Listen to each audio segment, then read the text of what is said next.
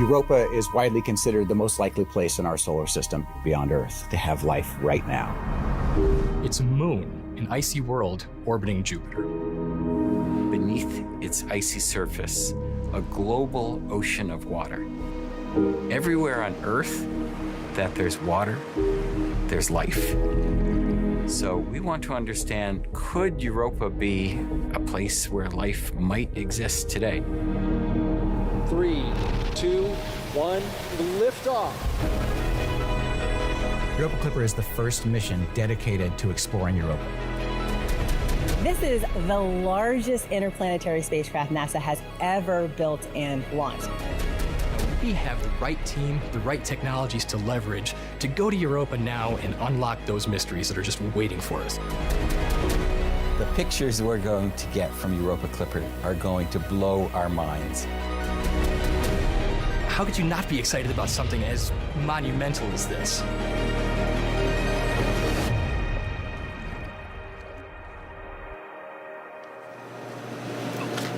You're looking live at NASA's Kennedy Space Center's Launch Pad 39A.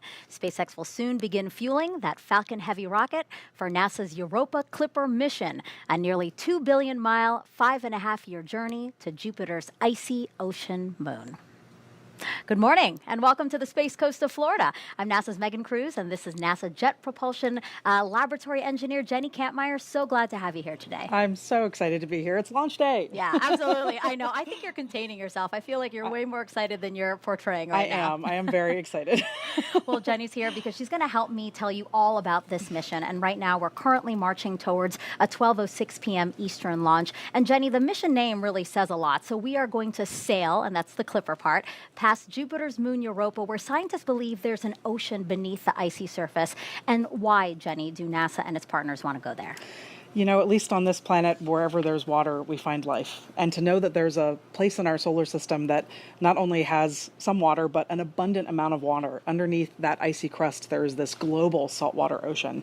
And so we want to go there to see, is this a habitable place? Could it support life? And why do scientists believe it could have those ingredients you're talking about? Yeah, so we've actually been to Europa before. We have some kind of tantalizing evidence from previous missions. We've done a few flybys of the moon and gotten some data that, showed us that there's this ocean of water. And so we look, and then we kind of continue to study it and we look for those ingredients of life, the chemistry, the energy, the time, and the water. We think Europa's kind of been simmering away for about 4 billion years. So it's a really exciting place to go to look to see, is it habitable? Right. And how many years has this team been working towards this goal? This mission has been in the works for a long time. Folks have been trying to kind of literally get this mission off the ground for about 25 years. Wow. Yeah. And what's your role within this mission? How do you feel being about an hour from launch? So my role on the mission, I'm the science systems engineer, which is a really cool job. I basically get to sit kind of right on the boundary between the scientists and the engineers, and I work with both teams. So I get to be exposed to the engineering, exposed to the science, and help both sides work together. Being an hour away from launch, I mean, it's almost indescribable. It's so exciting. I can't believe we're finally here in this moment. It's a little bit surreal. Yeah, I know you said you woke up 4:30 in the morning, wide awake and ready for today. I'm very excited to again have you here to walk us through what scientists, the scientific community, has really been looking forward to in this mission. Absolutely. But we know we are launching today, just days after Hurricane Milton barreled across Florida. Check out this stunning time lapse taken from the International Space Station, showing just how massive it was before slamming into Florida's west coast as a Category 3 hurricane. And now this radar from the National Weather Service pulls data from NASA-launched environmental satellites. You see those red and green boxes just popping up everywhere? Those were all tornado and flood warnings before the eye passed directly over us at Kennedy Space Center. We were thankfully spared from the worst damage, just some broken doors and awnings, overturned vehicles and trailers, and some beach erosion.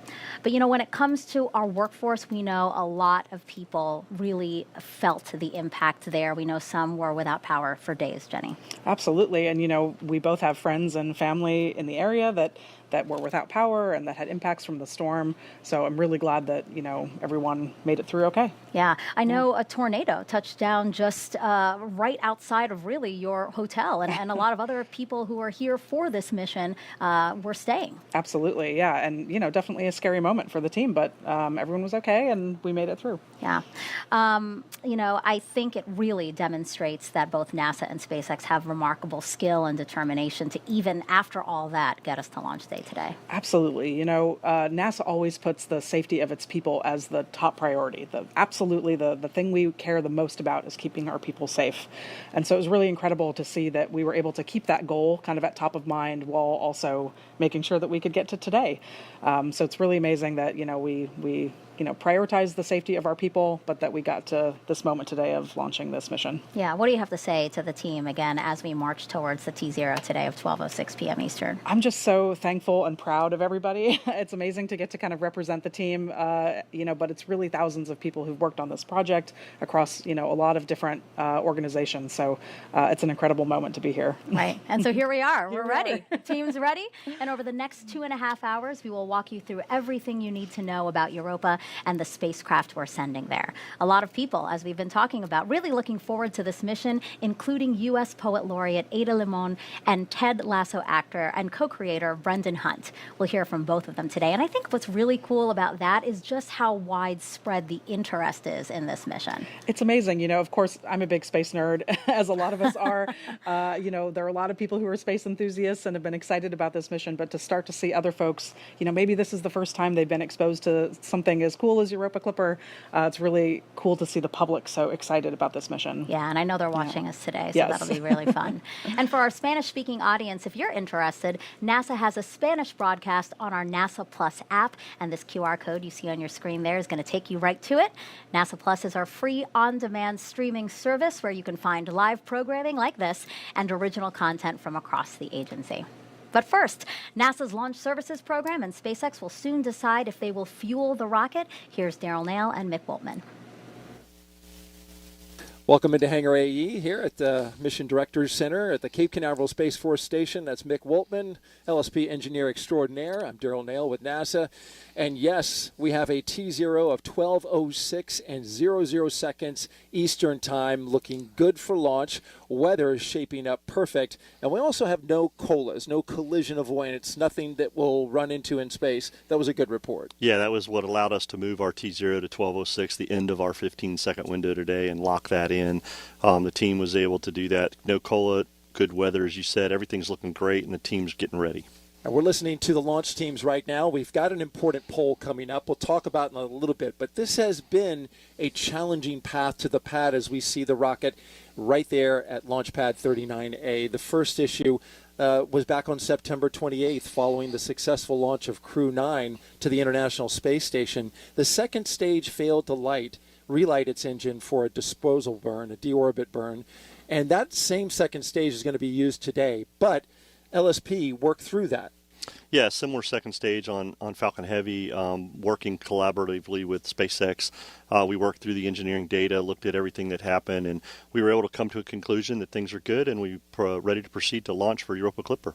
The other challenge was the big one. We just saw the video, the center of Hurricane Milton passing right within 7 miles of this launch pad, 7 nautical miles, a Cat 1 hurricane with max sustained winds of 120 miles per hour, causing some minor damage to the pad, but looks like they fared okay. Yeah, fared okay. SpaceX did an excellent job of assessing everything and making those minor repairs over the 24 hours and got the launch pad and the vehicle ready for launch. And now let's listen in to NASA launch manager Tim Dunn, who will poll his team on readiness to load this rocket with propellant.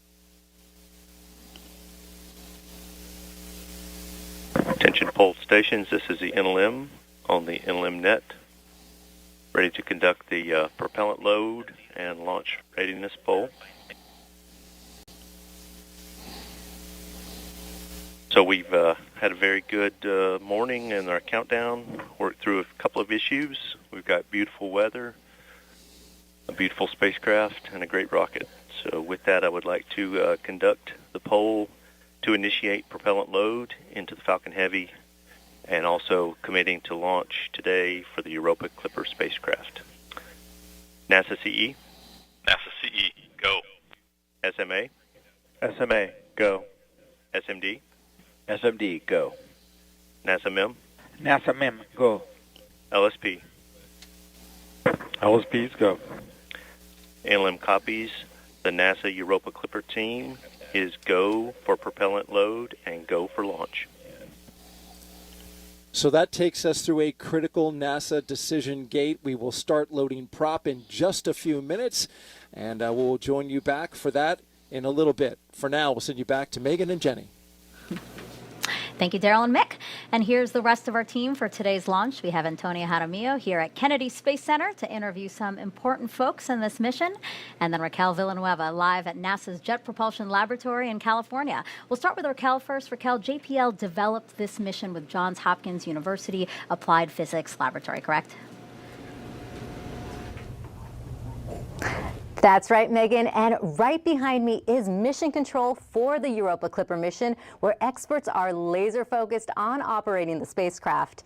Each person here plays a critical role, from engineers monitoring the spacecraft's health to navigators who will be tracking its journey. They're constantly communicating to make sure everything is ready for today's launch.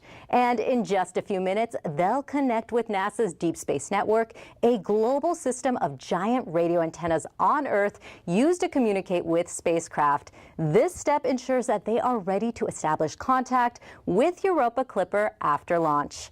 And they're also keeping a long-standing tradition alive, Lucky Peanuts. It's a fun custom at JPL where the team snacks on peanuts before big mission events. Now, let's take a look at JPL's Pickering Auditorium. This is a live look where friends and family of the team have gathered to watch the launch. Hundreds are expected to fill the room, cheering on Europa Clipper. And back here at Mission Control, we'll keep you updated on key milestones and introduce you to the team working behind the scenes throughout the broadcast. Megan, back to you. And just to let you guys in on what's happening here, Jenny is getting pretty emotional seeing some family and friends and her teammates here from the mission. We're so happy to have you here, but we absolutely know we're pulling you away from that. So I didn't want you to feel left out. So you have some peanuts to keep along with the tradition. Thank you so much. This connects me back to home, definitely, for sure. She does know that I'm allergic to peanuts, I'll so she has to snack over here. But again, thank you for being here. I know that it would have been nice to be there, but absolutely. I hope it's nice to at least see them from these live pictures. Yes, it's just amazing to see everyone coming together. That's why I get emotional. Just wow, we're finally here in this moment. All right, and now we'll take a look at the clock again. We are 53 minutes to launch. Let's hear more about this mission from some of Jenny's teammates. The most exciting thing about Europa can be summarized in one word: water. Now think about all the water on Earth and double that. That's what we think is on Europa. But we need to go there to explore it, to understand, is this place a habitable environment that could potentially support life? The propellant load and launch go-no-go poll is complete. Scientists think Europa has the key ingredients to support life as we know it. Number 1, water. Number 2, energy. And 3, essential chemical building blocks. For the first time ever, we're sending a spacecraft completely dedicated to studying this moon. The three main things that we're going to explore at Europa are the ice and the ocean and understand that intersection between the two, study the chemical composition of the moon, as well as the geology and whether it's active currently. Europa Clipper is not specifically a life search mission. We're going to understand the potential habitability of Europa. Jupiter's radiation environment is intense, and Europa sits in the worst part of that environment. Jupiter acts like a giant particle accelerator. There are charged particles trapped in Jupiter's magnetosphere that rotate with it. And these particles slam against Europa and will slam into our spacecraft as well. We protect the spacecraft in 2 ways. Number 1, we try to minimize the amount of time we spend in there, which is why we are orbiting Jupiter and just flying by Europa. The second way we protect against the radiation is by having an electronics vault that we put our computer and some of the other sensitive electronics inside, which is made of about 1/3 of an inch of aluminum. With each flyby of Europa, the outside surface of the spacecraft sees the equivalent of 1 million chest x-rays, just as we're flying by. It's a pretty long trip to get to Jupiter from Earth, but not that bad from a planetary standpoint. From launch to the time we get to Jupiter is about 5.5 years. This is the launch And along the director way, with the we board have a instructions. flyby of Mars and then another flyby of Earth to get gravity assists to slingshot the spacecraft out to Jupiter. I hope for the future explorers who are watching this at home that they take away from this that humanity, when we come together, can achieve really cool things. We are in a golden age of robotic spaceflight exploration. How could you not be excited about something as monumental as this? I am most excited about the potential to unlock the secrets of Europa, the potential to really understand this crazy world that exists and has likely existed in this condition for 4 billion years.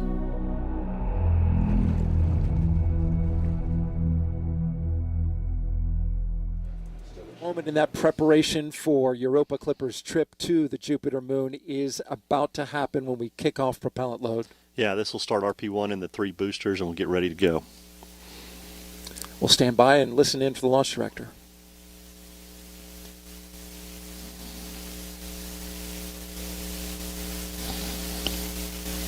The launch auto sequence has started. Launch director Charlie Meyer giving the signal there that the launch auto sequence has started. And Mick, this is a very delicate dance that is all automated. Yeah, the SpaceX team has automation in all their software to start fueling the first stages, and they'll get ready for LOX load here in about 5 minutes and continue with stage 2. But the team does a great job here with their procedures and following it, and we can see the telemetry that RP1 fueling has started on all 3 of these boosters. And Daryl, interestingly enough, the 2 side boosters reflown. We flew them on Psyche as a NASA LSP mission. Yesterday was the 1-year anniversary for the Indeed. Psyche mission. That's right. And the boosters are back. We will say goodbye to them as it is a fully expendable mission this time around. So all 3 boosters will be discarded along with the second stage. The only thing coming back is the fairing. Let's talk about weather really quick. Whoa, what is there to talk about? It's nearly beautiful. It's a gorgeous day for the launch for weather launch. officer said, I think he used the words super duper. Yeah, Mike McElhenney, our launch weather officer from the Space Force 45, just so happy with the weather today. And his last weather report, he was 95% go and trending towards even better. He just loves the way the weather, and as you can see in the picture, it's a gorgeous blue sky and great day for a launch. Indeed. The only constraint that we did have was high clouds, and even that has been removed. So it doesn't get much better than this in the launch business, folks. 82 degrees out, 7 to 12 mile per hour winds. They are light up high as well. So this rocket is going to have a smooth ride. We are 95% go. All right, that's going to do it for us. We're going to continue to track the propellant load. We'll send it back to Megan and Jenny. And as we continue to monitor important launch milestones, 2 things. We will pause for mission audio callouts when you hear those so that people can follow along with the launch countdown. But also, there are so many ways that you can participate in this broadcast. For one, if you have a question about anything we're talking about, send it our way. Jenny's super smart. Yeah, it's going all to her. So send them using the hashtag AskNASA, and Jenny will try to answer as many as she can live. And then you can also play Europa Clipper Bingo with us. Jenny is giving Vanna White a run for her money. She's showing you the bingo card now that you can get by just scanning the QR code on your screen. And this is how you will play with us. So you're going to listen for words like what, Jenny? Like ocean, life, Europa Clipper, spacecraft. Listen to us say any of those words and try to get a bingo. Try to get a bingo, and then you can share your win with us using the hashtag Europa Clipper. Okay, let's head over now to NASA's Tony Jaramillo for her first interview of this broadcast, one of the engineers who assembled and tested the spacecraft. Right, Tony? That's right, Megan. We are here on the balcony of Kennedy's Operations Support Building, where the crowd has an amazing view of the launch pad. And joining me is Luis Aguila, Launch Operations Cable Harness Engineer. Luis, you're involved with connecting all of the cables to the spacecraft. Can you tell us a little bit more about what that entails? Yeah, so my team and I are responsible for making sure we've installed, connected, and secured all the harness assemblies at the system level. What this means is that we made sure that it's ready for launch and it's ready for flight operations. All in all, we installed 220 harness assemblies and connected 970 connectors during the ATLO campaign. And that's not even counting what our partners and instrument teams did when they delivered the hardware. So a lot of cables. Yes. Discuss to us the process of getting a planetary spacecraft, this spacecraft, ready for launch and how it compares to other missions, especially with this being the largest planetary spacecraft that NASA has ever built. So aside from the complexity of this large spacecraft, we did have to deal with some of the unique requirements for the environment that we're going into. So for example, we couldn't use Kapton tape for flight applications, and Kapton is quite standard in the industry, so we had to adjust to that. Another thing is some of our instruments are magnetically sensitive, so we had to constantly check our cells, our tools, and our parts to make sure that they weren't going to contaminate the spacecraft. Wow, that's awesome. And Jupiter's radiation environment is very intense. Can you tell us how Europa Clipper was built and tested to withstand it? So a lot of testing went into the materials that we were going to use for the spacecraft to make sure they could survive the environment, or to make sure that we could shield them properly to survive the environment. Most of our electronics are inside of a thick-walled vault to make sure that they can survive, and anything external to that had to get shielded. For example, most of our external cabling had to get wrapped with copper foil, and that was done by hand. So, Luis, thank you so much for joining us here. Let's check back in for a launch status update with Daryl and Mick. Daryl? All right, thank you very much, Tony. Back into Hangar AE. We are here listening to the launch team. We heard Tim Dunn. Launch load has started.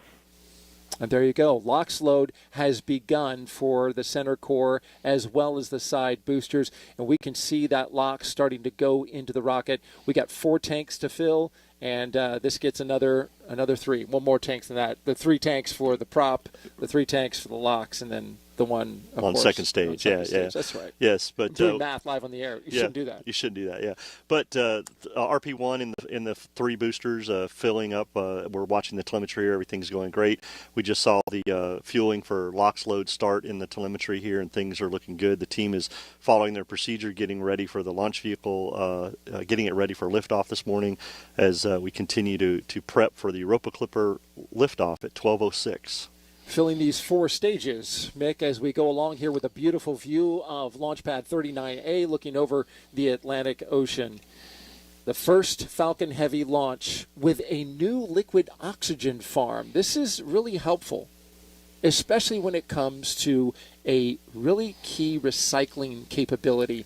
Prior to this, we'd have to wait 5 days if we had a scrub inside of propellant load. But tell me what that new LOX farm is doing for us. Yeah, being Europa Clipper being an interplanetary, one of the largest planetary missions that we've launched, SpaceX came to NASA when they got this mission, and to make sure we had great launch availability for the mission over the science window, they upgraded their LOX farm at Launch Complex 39A, and they can now recycle and densify LOX every 48 hours, which gives us a lot more launch availability for a mission on a Falcon Heavy. So a huge upgrade that provides great access for the missions to be able to launch on time. And now that we're inside of LOX load, we are not going to do a 24-hour recycle. We would be a 48-hour recycle if something happens and we scrub for some reason that's not a technical one. All right, when we come back, we will load the second stage of the rocket. For now, we'll send it back to Megan and Jenny. All right, so everything going really well as we are 42 minutes and 40 seconds from liftoff of a SpaceX Falcon Heavy rocket with Europa Clipper. Now we have some spacecraft facts for you now, actually. Europa Clipper is the largest spacecraft NASA has ever developed for a planetary mission. It is 15.5 feet high by more than 100 feet long when you include its solar arrays. That's longer than a basketball court. It's also the heaviest spacecraft at about 12,800 pounds, and 6,000 of that is just fuel. The spacecraft has 9 science instruments, plus a gravity and radio science investigation. All that will work together to study Europa's atmosphere, surface, interior, and space environment. And most of Europa Clipper's electronics are protected in a special vault. Jupiter has one of the most punishing radiation environments in our entire solar system. Now, the spacecraft was assembled at JPL in Pasadena, California. You can see it there. Shipping it here to Florida for launch. Now, that took a lot of coordination.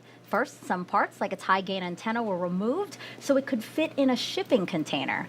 Then 2 semi-trucks drove the spacecraft, plus support equipment, about 70 miles to March Air Reserve Base. There it was loaded into a C-17 plane for its flight to Kennedy Space Center. And then once here, it was reassembled, as you can see there, and fueled in a clean room before it was encapsulated into the rocket's payload fairing. That fairing is at the top of the Falcon Heavy rocket you see live there, and it keeps the spacecraft safe through launch. And once Europa Clipper is delivered to space, it will take 5.5 years to get to Jupiter and Europa. Jenny, why so long? You know, it's a good question. We actually get this question all the time. Like 5.5 years, that's so long.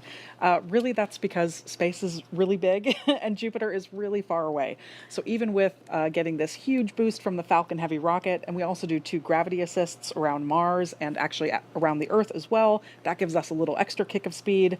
Even doing both of those things, it still takes 5.5 years to get there. Yeah, I think that's good to keep in mind. Talk a little bit about the gravity assist. How does that work? Yeah, so a gravity assist is basically when we fly the spacecraft really close to another body like Mars or the Earth or Venus. When we do that, we actually steal a tiny bit of energy from that body, and the spacecraft takes that energy to pick up a little bit of speed. Of course, those planets will never notice that they had a little bit of energy stolen from them, but that's how we get that extra speed. Okay, yeah, I'm really glad you talked about that. I think that's really interesting to really explain that energy stealing part. I think that's really cool. And when the spacecraft arrives at its destination, take a look at this video. So that yellow dot in the center, that's Jupiter, and then the white circle is Europa's orbit. The pink line is the spacecraft's trajectory, and this is showing how Europa Clipper will observe Europa.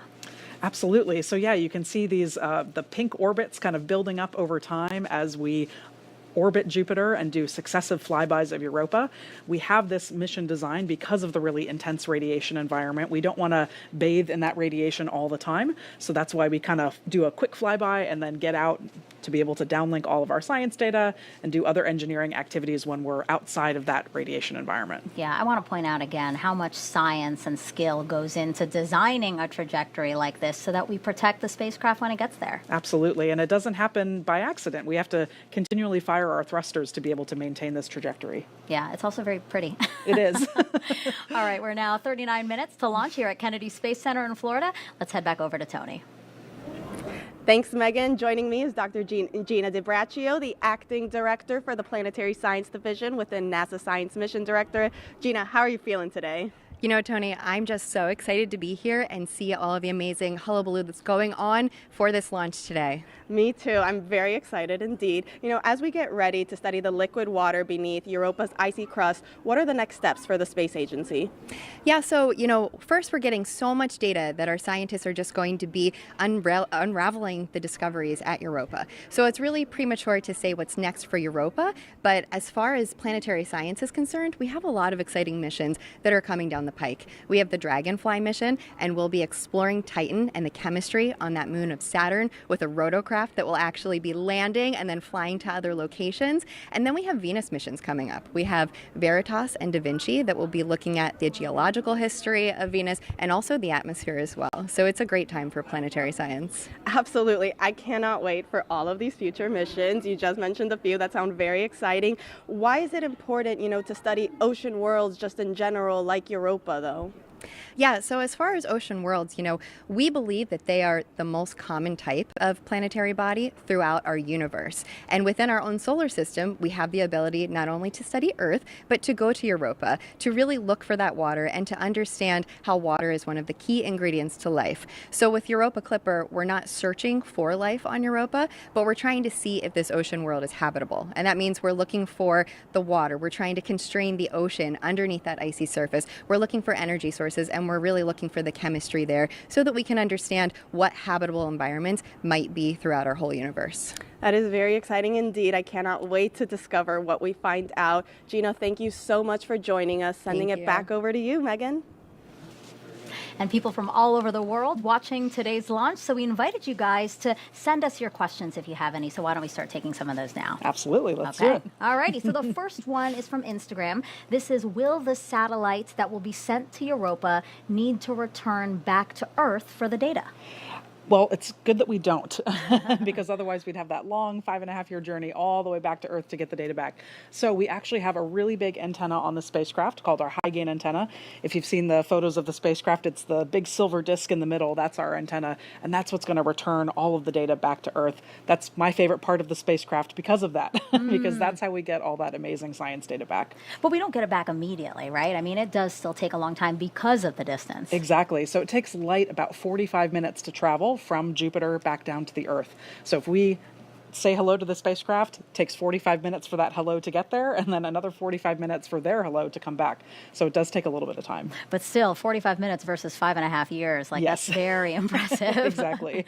All right, let's take another question. This is also on Instagram. What are some of the technologies on board to help with new discoveries? Yeah, so if you stick around later in the broadcast, we're going to talk about all of the instrumentation that's on board Yes. and go into that in detail. But we have a really advanced suite of instruments that are going to help us answer all these questions about Europa. So we have mass spectrometers, we have a really advanced camera that's going to take amazing photos to help us learn about the geology. We have dust detectors and magnetometers. So we have all sorts of scientific instruments to help answer those questions. Awesome. Thank you so much. All right, let's check back in on propellant loading with Daryl and Mick. And we are moving smoothly through the countdown so far, Mick. No major issues worked. Tim Dunn, the NASA launch manager, mentioned some minor things. You want to review those? Yeah, those were just minor preps that the team was working prior to getting into prop load, and the team dispositioned those and worked those and acknowledged the things in the procedures. So pretty common, but getting prop load going. Now we're listening for Stage 2 to begin its RP1 load.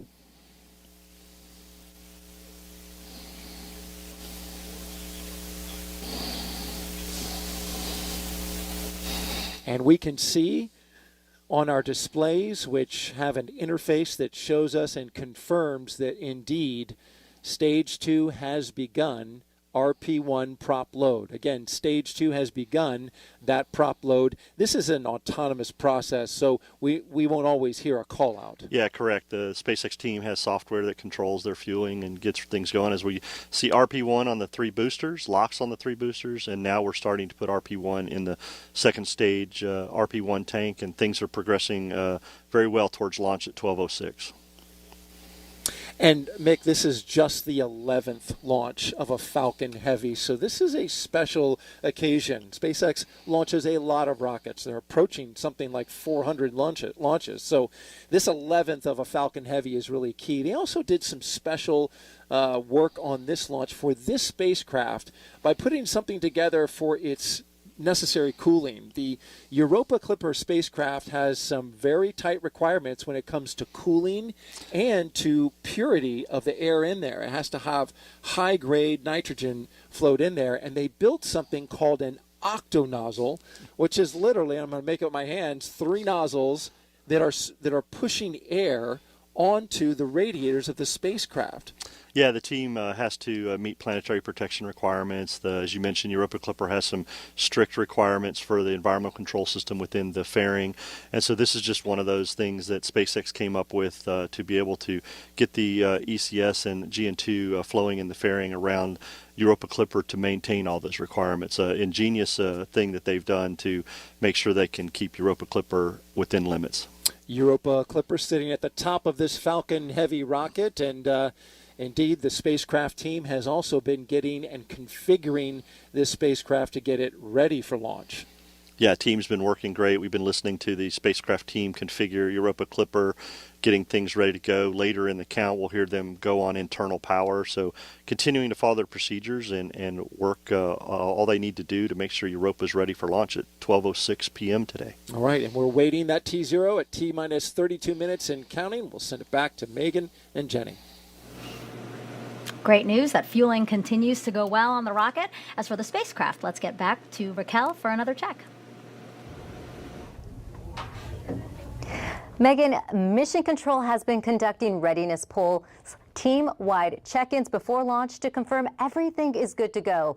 The activity lead is making sure the launch-specific software is ready to run, and after liftoff, she'll be monitoring it to ensure everything on board is working as expected. While Mission Control takes care of those final details, let's take a closer look at why Europa is the focus of this mission. Earlier, I spoke with Europa Clipper Deputy Project Scientist Bonnie Barati, who gives us a glimpse of what's beneath the moon's icy crust. Bonnie, we are here with a model of Europa that shows us the layers that we can see underneath its crust. First off, before we get to it, can you tell us about the characteristics of the moon? Europa is one of the large icy moons of Jupiter. There are 4. They were discovered by Galileo in 1610. And it's a little bit smaller than our own moon, but unlike our moon, it has a lot of water, about twice as much as the Earth does. If you were approaching Europa from afar, you would know immediately it's really an odd object, unlike any other in the solar system. Let's just start with the surface. I see all these ridges and crusts and grooves. Like, what is it about this geology that makes it different? Well, there are hardly any craters on this unusual surface. We see a lot of evidence for cracking and active geology, so we think it's either active now or was active in the recent past. Once we get past this surface, we see this layer of ice. Can you tell me more about this ice and how much of the moon it covers? Well, it covers the entire body, and the ocean is global. But the crust it's about 15 miles or so, perhaps more or less. But it definitely blocks any sunlight from this water underneath this global ocean.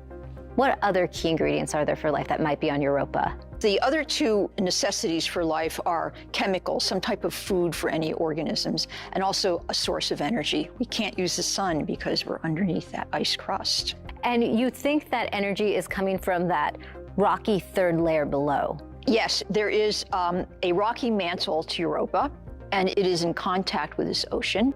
And we believe there are some unusual features down here that are caused by Jupiter. Jupiter is huge. You can fit 1,000 Earths inside of it.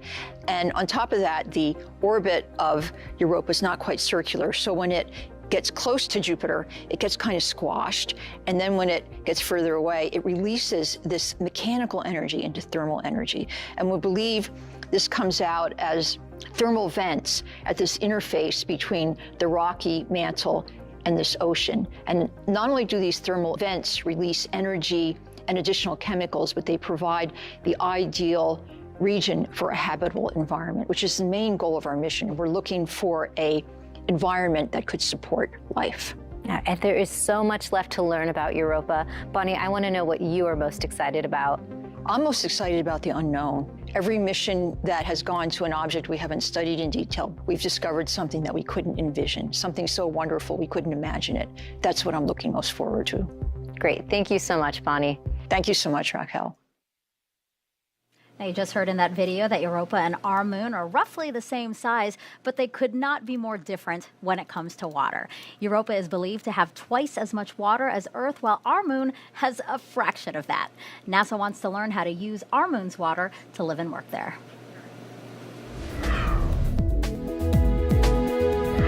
The Europa Clipper mission will explore whether there's an ocean beneath Europa's icy crust.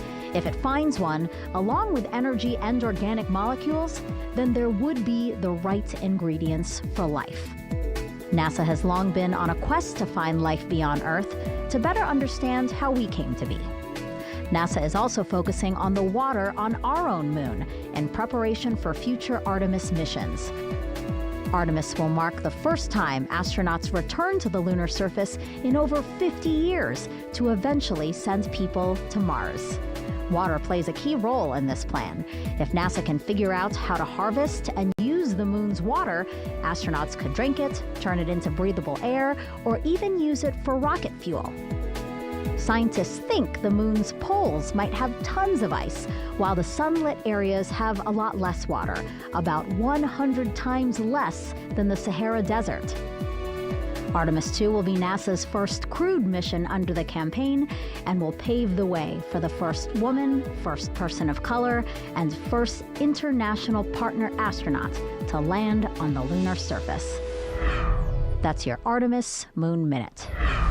You know, Jenny, it's just incredible to see all that NASA is trying to accomplish across our solar system. It really is amazing. And all of these different missions and all the things that NASA is trying to do, they really play into each other. Everything that we learn about the moon is going to help us understand things about our solar system, and it all just kind of feeds into each other. Yeah. It's awesome. And actually, to hear more about some of our agency's goals, let's head back to Tony with her next guests. Thanks, Megan. Joining me is NASA Associate Administrator Jim Free and NASA Chief Scientist Dr. Kate Calvin. Thank you both so much for being with us here today. You know, Jim, can you tell us a little bit more about why the Europa Clipper mission is so important for the space agency? Sure, absolutely. So everywhere on Earth that we find water, we find life. And we believe that Europa has the conditions that are suitable for life: the water, the energy, the chemistry, the stability. And that is, first of all, very exciting from a scientific perspective, as I stand next to the chief scientist, but it's also just exciting about what we're going to learn about Earth itself and just how this advances the field of astrobiology as well. So it really does go to our innovating in air and space at NASA. Absolutely. And Kate, you know, Hurricane Milton delayed the launch of Europa Clipper, and already this year there have been 13 named storms, with another hitting Florida only a few weeks ago. As we get ready to send the spacecraft to study its ocean world, its climate and environment, can you reflect on our own climate and the increase in storm activity? Yeah, so Hurricane Milton and Hurricane Helene before it had devastating impacts across Florida and throughout the Southeast. And our focus right now is making sure that we can get information to first responders so they can help with recovery efforts.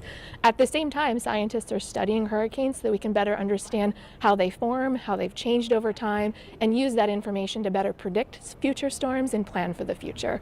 And what we know is that climate change is leading to a higher proportion of strong hurricanes. So of the hurricanes that form, more of them are categories 3 through 5. And we're also seeing more heavy precipitation events, so more heavy rainfall associated with hurricanes, which can have really severe flooding effects. And so we're focused now on helping first responders, but also thinking about how we can better plan and prepare for the future. Absolutely. You know, Jim, going back to Europa, is Europa one day, a target or a goal, a destination that NASA is perhaps one day interested in sending astronauts to? It's not a very kind place for human beings with the radiation environment that it has. So what it does set up there is our robotic explorers, which we have done throughout the entire solar system, and now with Voyagers even going beyond that. But while Europa Clipper is exploring Europa, we'll have crews at the moon, further understanding the formation of the moon and how the formation of the solar system as well. So it's a complementary effort that goes to our whys at NASA, which is science, national posture, and inspiration. So we'll be doing that with both the Artemis and the Europa missions. Thank you guys both so much for joining us. Megan, back over to you. Now, the Europa Clipper mission has captured the attentions of people all over the world, even a beloved coach from the show, Ted Lasso. Hey everyone, I'm Brendan Hunt, and I'm not a real coach, but this is a real beard. Today you have teams of people gathered for the launch of NASA's next big adventure, the Europa Clipper mission. I can only imagine how much teamwork it took to get here. Collaboration and trust between scientists, engineers, and experts from various fields working together to ensure every aspect of the mission is meticulously planned and executed. Everyone involved has to believe in each other and in their collective capabilities to drive the project forward. There must be a sense of curiosity in order to push the boundaries of exploration, pushing people to ask new questions and seek answers to the unknown. And there must be kindness, a willingness to respect each other's contributions in a supportive environment where innovation thrives. Thank you so much to everyone involved in NASA's Europa Clipper mission. This historical project is an inspiration to the country and the world. Teamwork, belief, curiosity, kindness. They can take us a long way. All the way to the moons of Jupiter, which are out there, I bet. Europa Clipper, baby! Okay, I love that. I love the Europa Clipper baby at So the great. end. But also, yes, while funny, I mean, he really touched a lot on, the things that matter to this team: teamwork, belief, curiosity, all those things. Absolutely. He really gets it, that this mission is spacecraft hardware, but it's really the people, right? There's so many people involved in building this thing, and yeah, it's amazing. Specifically when he said kindness, you reacted to that. What about that particular word really spoke to you out of that story? Yeah, I think it just really speaks to the humanity. You know, we are all humans. We're trying to do good things here, and when we're kind to each other, it really makes a difference. So him kind of acknowledging how important that is for our team to work well together, yeah, it just means a lot. Yeah, that was a good pep talk. Yeah. Thanks, Coach. Thanks. All right, so we are now 22 minutes from liftoff, and we have some time now to take some more of your questions about Europa Clipper Live. So let's roll one video that we have now.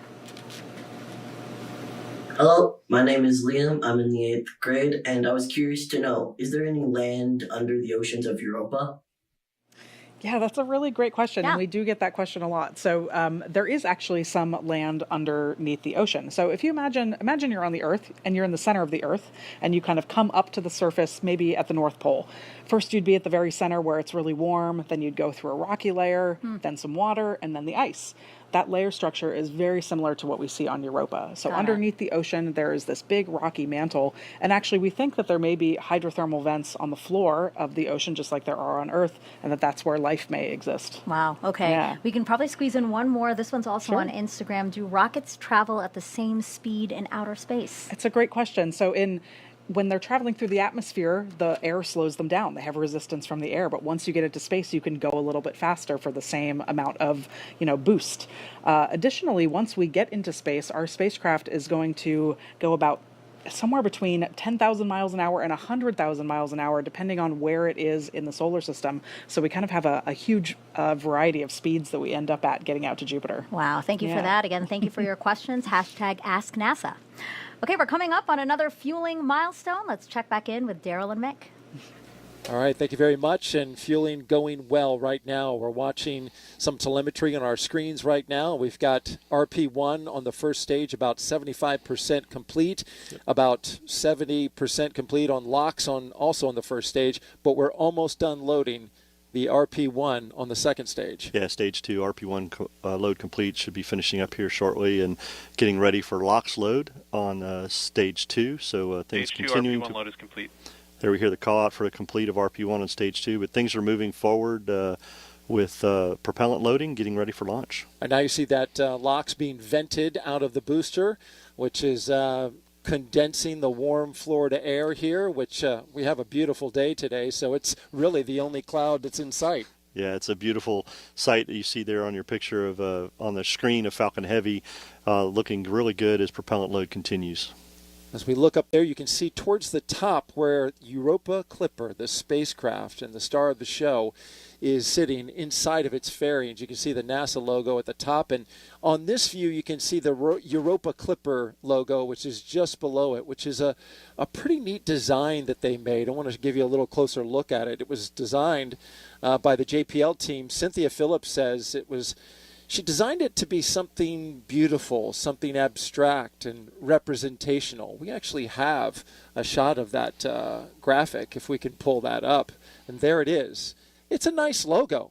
The blue-white color scheme represents water ice, the elements on Europa being studied by the spacecraft. The shape looks like a snowflake or an ice crystal, and those two V-shaped portions represent the flybys, each pass of Clipper as it swoops in and then retreats. And then the dot in the center can be Europa, and the star shape can be the spacecraft. They put a lot of thought and design into this logo. Yeah, it's a beautiful logo. Everybody is on board. It's just incredible to me how much the team, the community, and everybody's just excited about this mission and science, as Jenny was saying. And I know she's excited for this also, she and the JPL team. But beautiful logo. Yep, looks good on a T-shirt and on the side of the rocket. Stage 2 LOX load has started. And there goes stage 2 LOX load. So the final tank that needed to be filled has begun as we continue to make great progress tanking this vehicle. We'll send it back to Megan and Jenny. Great to hear that tanking's going well. All right, NASA's ambitious journey to Europa has inspired U.S. Poet Laureate Ada Limon to write In Praise of Mystery, a poem for Europa. It is such a powerful piece. Please check it out. In Praise of Mystery, a poem for Europa. Arching under the night sky, inky with black expansiveness, we point to the planets we know. We pin quick wishes on stars. From Earth, we read the sky as if it is an unerring book of the universe, expert and evident. Still, There are mysteries below.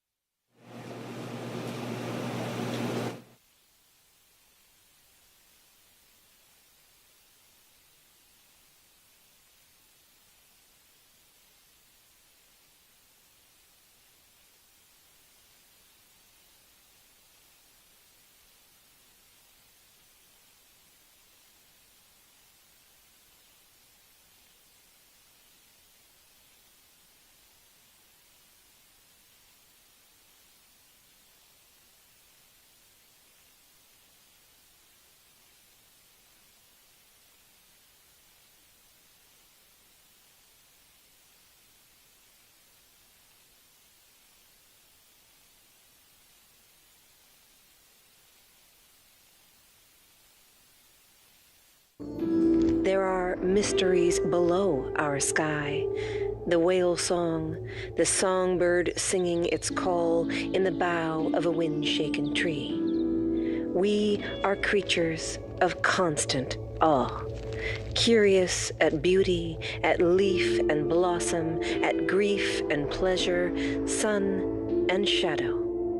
And it is not darkness that unites us, not the cold distance of space, but the offering of water. Each drop of rain, each rivulet, each pulse, each vein. Oh, second moon, we too are made of water, of vast and beckoning seas. We too are made of wonders, of great and ordinary loves, of small invisible worlds, of a need to call out through the dark.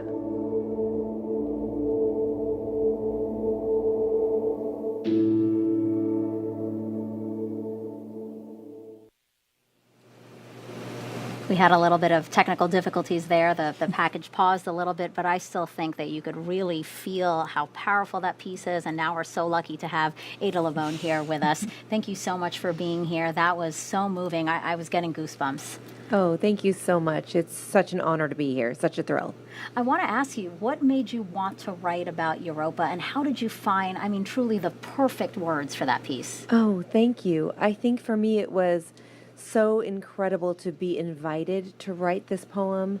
And when I was struggling with this incredible prompt and this incredible ask, I realized that it's not just a poem that's going to Europa, not just a poem that's on the Europa Clipper, but a poem that's for us. It's a poem for everyone here on Earth.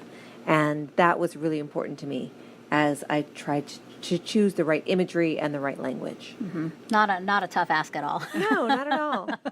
And not only that, but we're taking your poem with us. Yeah. So we have here a replica of the vault plate. This is the plate that's going, that is part of our vault on the spacecraft that's protecting all the sensitive electronics from all that radiation. And it's written in your own handwriting. Yeah. How does it feel knowing that a piece of you is going to Europa? You know, one of the things that I keep focusing on is that it really is a poem for all of us. Mm-hmm. But when they asked me to do it in my own handwriting, my grandmother, who passed away a year ago, she was the one who taught me to really make my handwriting as perfect as could be. And every time I look at this piece, I feel like my grandmother is part of this project too. I heard you had to rewrite it a few times to get it just right. You think? Yes, many times. The handwriting is as beautiful as the poem itself, I assure you. Thank you. And what do you hope people take away from this? You know, I really hope that as we embark on this incredible voyage together, that we are reminded of the wonders all around us, that it's not just in these huge moments of exploration that wonders exist, but that they are everywhere around us all the time. Mm-hmm. And we can't be lonely if we are all connected to this universe. Mm-hmm. Well put. Thank you so much. And I mean, one other note that I want to point out is, Jenny has always talked about this, that mix between science and art. I mean, really, there is a connection that we should be talking about. Yeah, I think that it's so important In fact, we do ourselves a disservice when we separate arts and science because we're connected by curiosity and wonder. Perfect. You are so well spoken. I see why you're the U.S. Poet Laureate. Ada, thank you so much for being here. We really appreciate it. And thank you for the beautiful piece of poetry you gave us for this mission. Thank you. Thank you. It's been the honor of my life. Thank you. Thank you so much.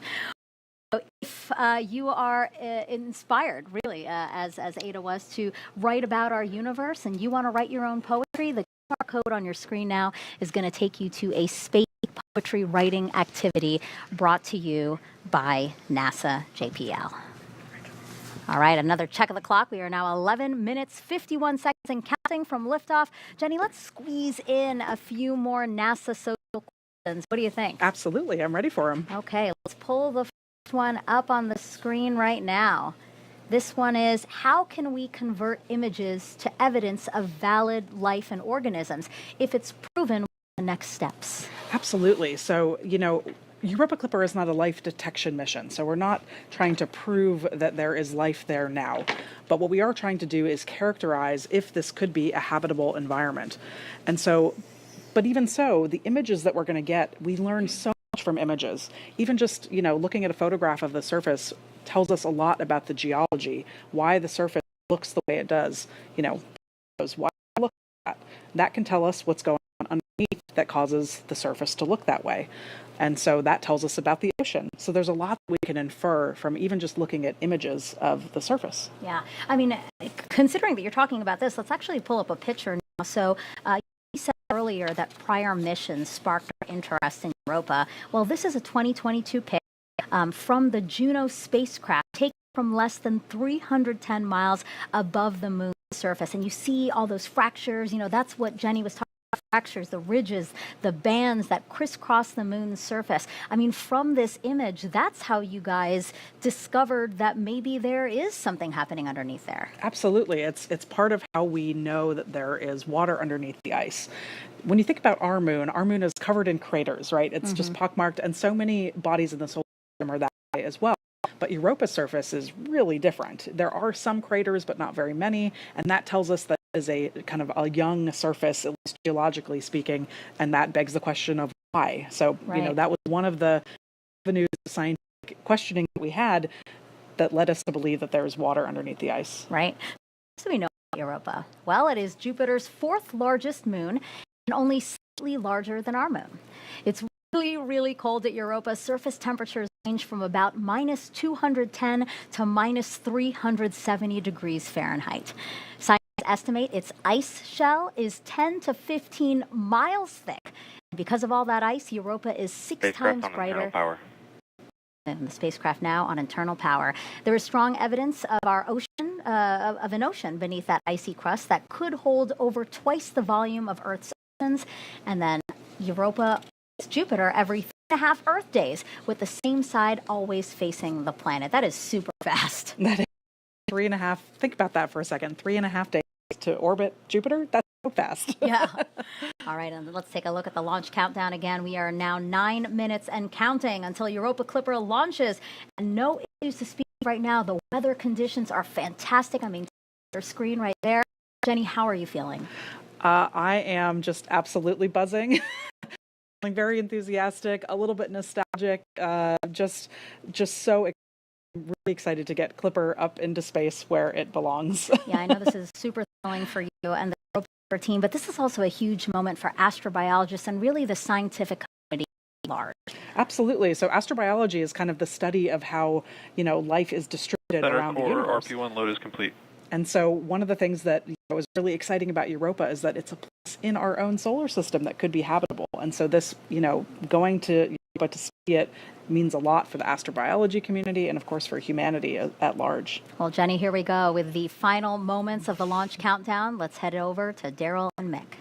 All right, thank you very much, ladies. And here at Hangar AE, we are continuing to monitor the launch countdown. And so far, we're at minutes and counting. We're listening to the launch teams.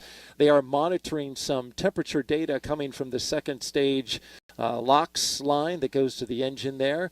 They're gathering data, so keep an ear and an eye on that.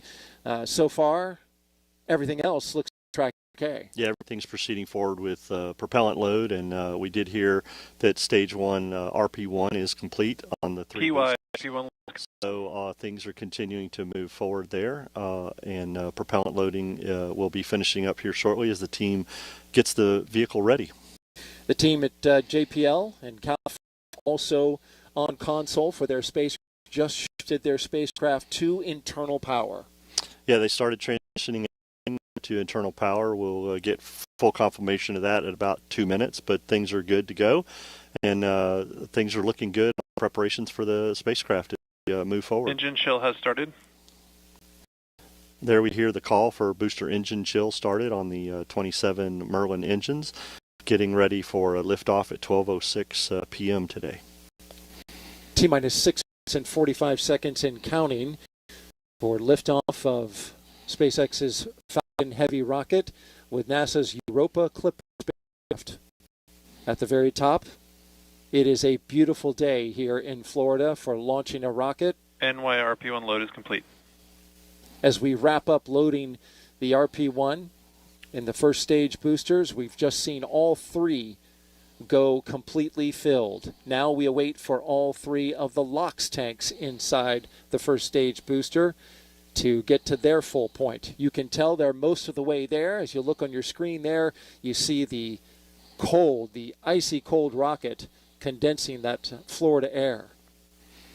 Yeah, the team's continuing to load second stage also with LOX, and we're getting very close. We can see on the telemetry here that the LOX load of the 3 boosters is getting near completion.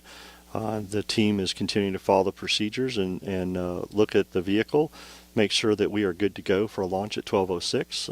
But things are progressing per the procedure, Daryl, and all is looking good for a great launch with this beautiful weather that we have at Launch Complex 39. Coming up next, we are going to start configuring the tower, the strong back from the rocket. That happens in a little less than a minute. We just heard from the SMD and NOM that the spacecraft is verified on internal power, and things are looking good for the Europa Clipper spacecraft.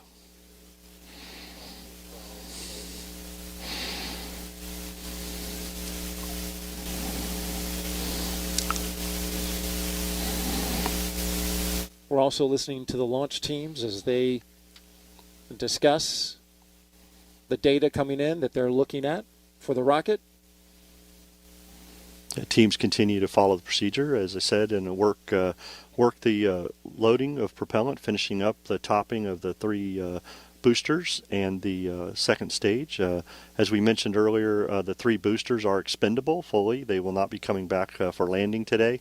SpaceX is getting the team ready to launch this vehicle today.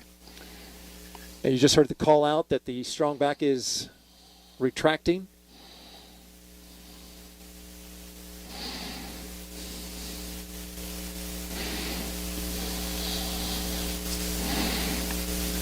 That strong back appears to have retracted.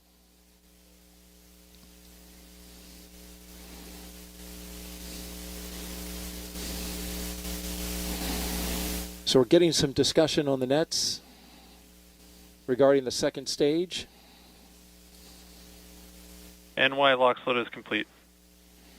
As we just got completion of LOX load for the Y booster. We're looking for now the center core and the plus Y.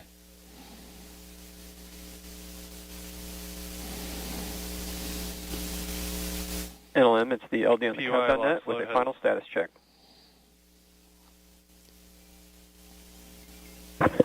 Yes, LD, this is NLM on countdown 1, NASA spacecraft, and the NASA team is go for launch pending resolution of the anomaly. Copy. Go pending outbrief of the issue being discussed on the anomaly net. Affirmative. Okay, Tim, so they've mentioned that they're working an anomaly. Tell me a little bit about it. Yeah, so as we mentioned, they're monitoring some temperatures on the second stage, and things are the teams continue to look at that as they continue filling second stage with liquid oxygen. They're continuing to look at that and monitor Center that core, LOX load as is far as they can into the count. So things are continuing to progress forward with LOX load. Center core is just finished up, so all 3 boosters are filled with LOX and RP1. The second stage has RP1 on, and we're getting near completion of stage 2 LOX load as the team continues to look at that temperature in the second stage. But we did hear NASA Launch Manager Tim Dunn tell Charlie Myers, Stage 2 SpaceX LOX Launch load is Director, complete. that they are go for launch pending the resolution of this temperature issue. So the team has continued to work that, and the team will continue to progress forward in their procedure. And so these discussions are happening very quickly as we are counting down now inside the final 2 minutes until liftoff. Absolutely, and we just heard that stage 2 LOX load was complete, and the team is working that. And as you said, this is what they do in the last few moments before launch. They're working their procedures, following their processes, and having these discussions. But we are still progressing forward towards a T0 of 12:06. And things are progressing forward for the launch this morning, or this afternoon. We are now 90 seconds until liftoff. Weather is 95% go. These boosters on the outside, they have flown before. The Psyche mission, a little more than a year ago. They are back on the pad along with a brand new center core booster and a spacecraft bound for the Jupiter moon Europa. Yeah, Daryl, I can confirm, listening to the Heavy teams, that everybody is go for launch. They have resolved the temperature issue they were looking at on second stage. Everybody's given the go for that, and Falcon is in startup, so the flight computer has taken over, and we're getting ready for the SpaceX Launch Director is go for launch. And there we hear Charlie Myers say that SpaceX is ready for launch, and Europa Clipper getting ready to lift off. And there's a great update as now it vents out the LOX inside the line of the transporter erector. We are inside of 30 seconds. 30 seconds and counting.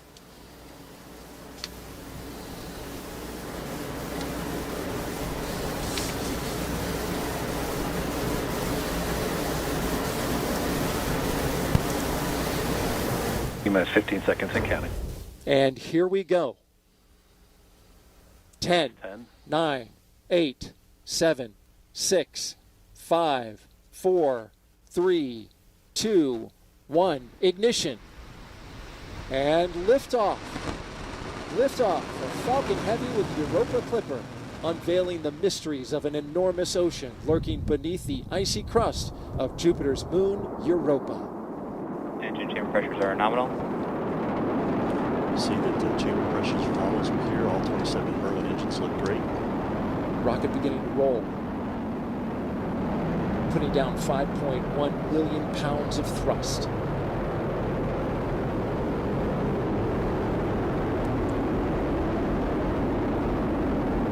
Coming up, they're going to back off those engines just a bit. So we get ready to head into max Power Q. and telemetry nominal. We hear that power and telemetry on the vehicle are good there. Everything's looking really Falcon well. Heavy is supersonic. They have reduced power in the center core to get through max Q, maximum dynamic pressure on the launch vehicle as we approach that. The 2 side boosters at full throttle. A beautiful shot there as our camera team. Max Q. Locking into the rocket on a clear blue sky. The view from the booster cam back down on Earth. And there we heard the call for max Q. The vehicle is passing through maximum dynamic pressure.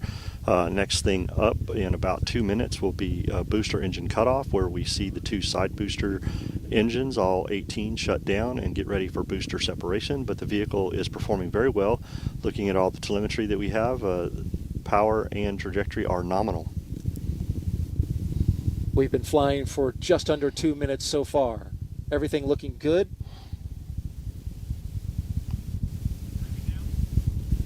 These side boosters, once they do their job, they will be expended. If you're familiar with the Falcon Heavy, you know that They bring the boosters back on certain launches, but not on this one, because all of the performance is needed to push Europa Clipper into its proper orbit. Things continue to look good as the vehicle heads down its ascent phase here. All telemetry is looking very nominal for this flight this morning. Falcon Heavy is performing very well.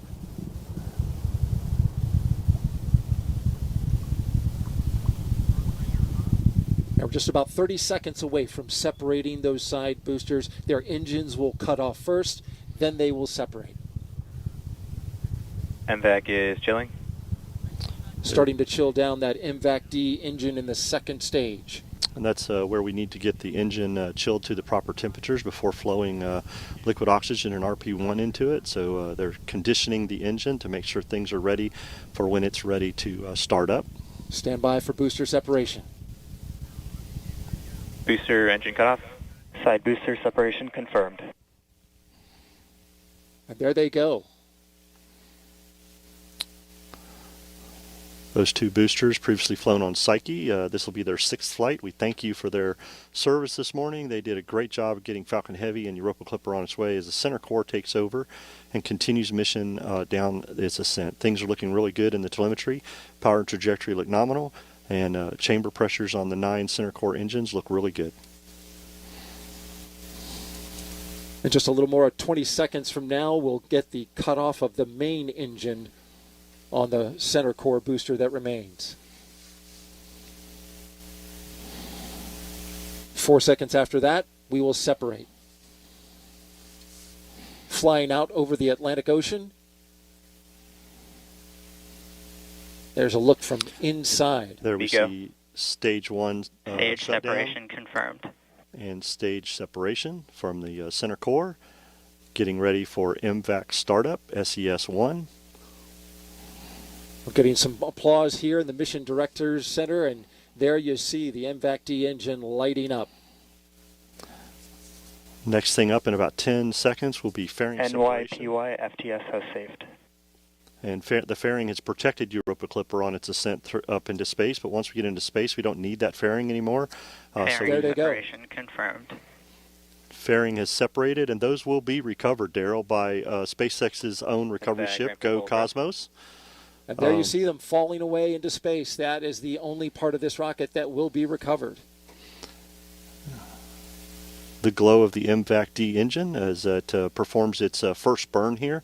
This is about a 3-minute and 47-second burn. Things are looking great. Matter of fact, this is one of the shortest first burns that has been done on a Falcon Heavy by SpaceX, but it is required to get us into that parking orbit for that long coast that we have to get ready for the interplanetary trajectory that we're going to need to get Europa Clipper on its way that we heard Jenny talk about to get those Earth assist slingshots as it heads on its way for its mission. So things looking really good this morning with the performance of the Falcon Heavy. MVAC is performing well, and everything looks good thus far in today's mission. Usually those burns are the other way around, with a longer first burn and the shorter second burn, but in this case it is reversed.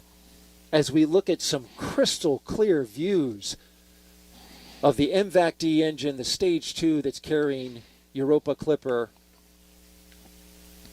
Orbital light is shining both on the spacecraft, the second stage, and on planet Earth. Center core FTS FTS has saved. There we've heard that the flight termination system on the center core has been saved as it heads back to splash down. Things are looking good. I can tell you, Darryl, we had a beautiful weather day for launch, and as we're looking at MVAC flying in space with Europa Clipper, it is such a gorgeous view with Earth behind it, and so we could not have had a better day for a mission launch today. No doubt about it, Mick. It was simply gorgeous. We had a hurricane a week ago, but after that pushed out, it brought us in its wake near perfect weather for launch. And now we're into space, dealing with the harsh conditions up there. Stage 2 FTS is saved. Stage 2 has made its way into space far enough away for us to be able to safe the flight termination system from a safety perspective. We're about a minute away from second stage engine cutoff, as we'll see the MVAC-D shut down and get ready for a long coast, getting Europa Clipper into that parking orbit and on its way for the next firing that we will have, the second stage, number 2, to get it into that interplanetary transfer orbit that we need to get Europa Clipper started. So things looking very well this morning. We're about 30 seconds from that stage engine cutoff, which we refer to as SECO 1. That's right. We'll get terminal guidance. Get into that coast phase.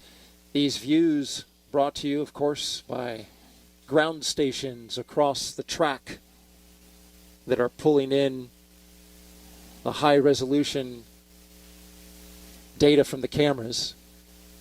Burn looking good, just a few seconds away from cutting off from that first burn.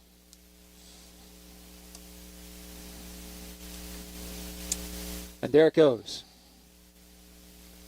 The first burn is complete. Yep, things look really well on the stage burn result. Apogee, perigee, and everything for the mission looks really good. Engine performance, very well performance by the second stage for this first burn. And things continue to look good as we head into this long coast for this parking orbit. It's a long coast, and we'll hit that second burn. Roughly 3 minutes and 21 seconds long. This one was roughly 3 minutes and 9 seconds. And Mick, you saw the data from it, and it all looked pretty good. Then there you go, the confirmation. We're hearing confirmation that we have nominal orbital insertion as we were looking at the telemetry here, Daryl, that things looked very good. Stage 1 and Stage 2 performed very well on that ascent flight. And we'll continue to follow Stage 2 to get ready for that second burn.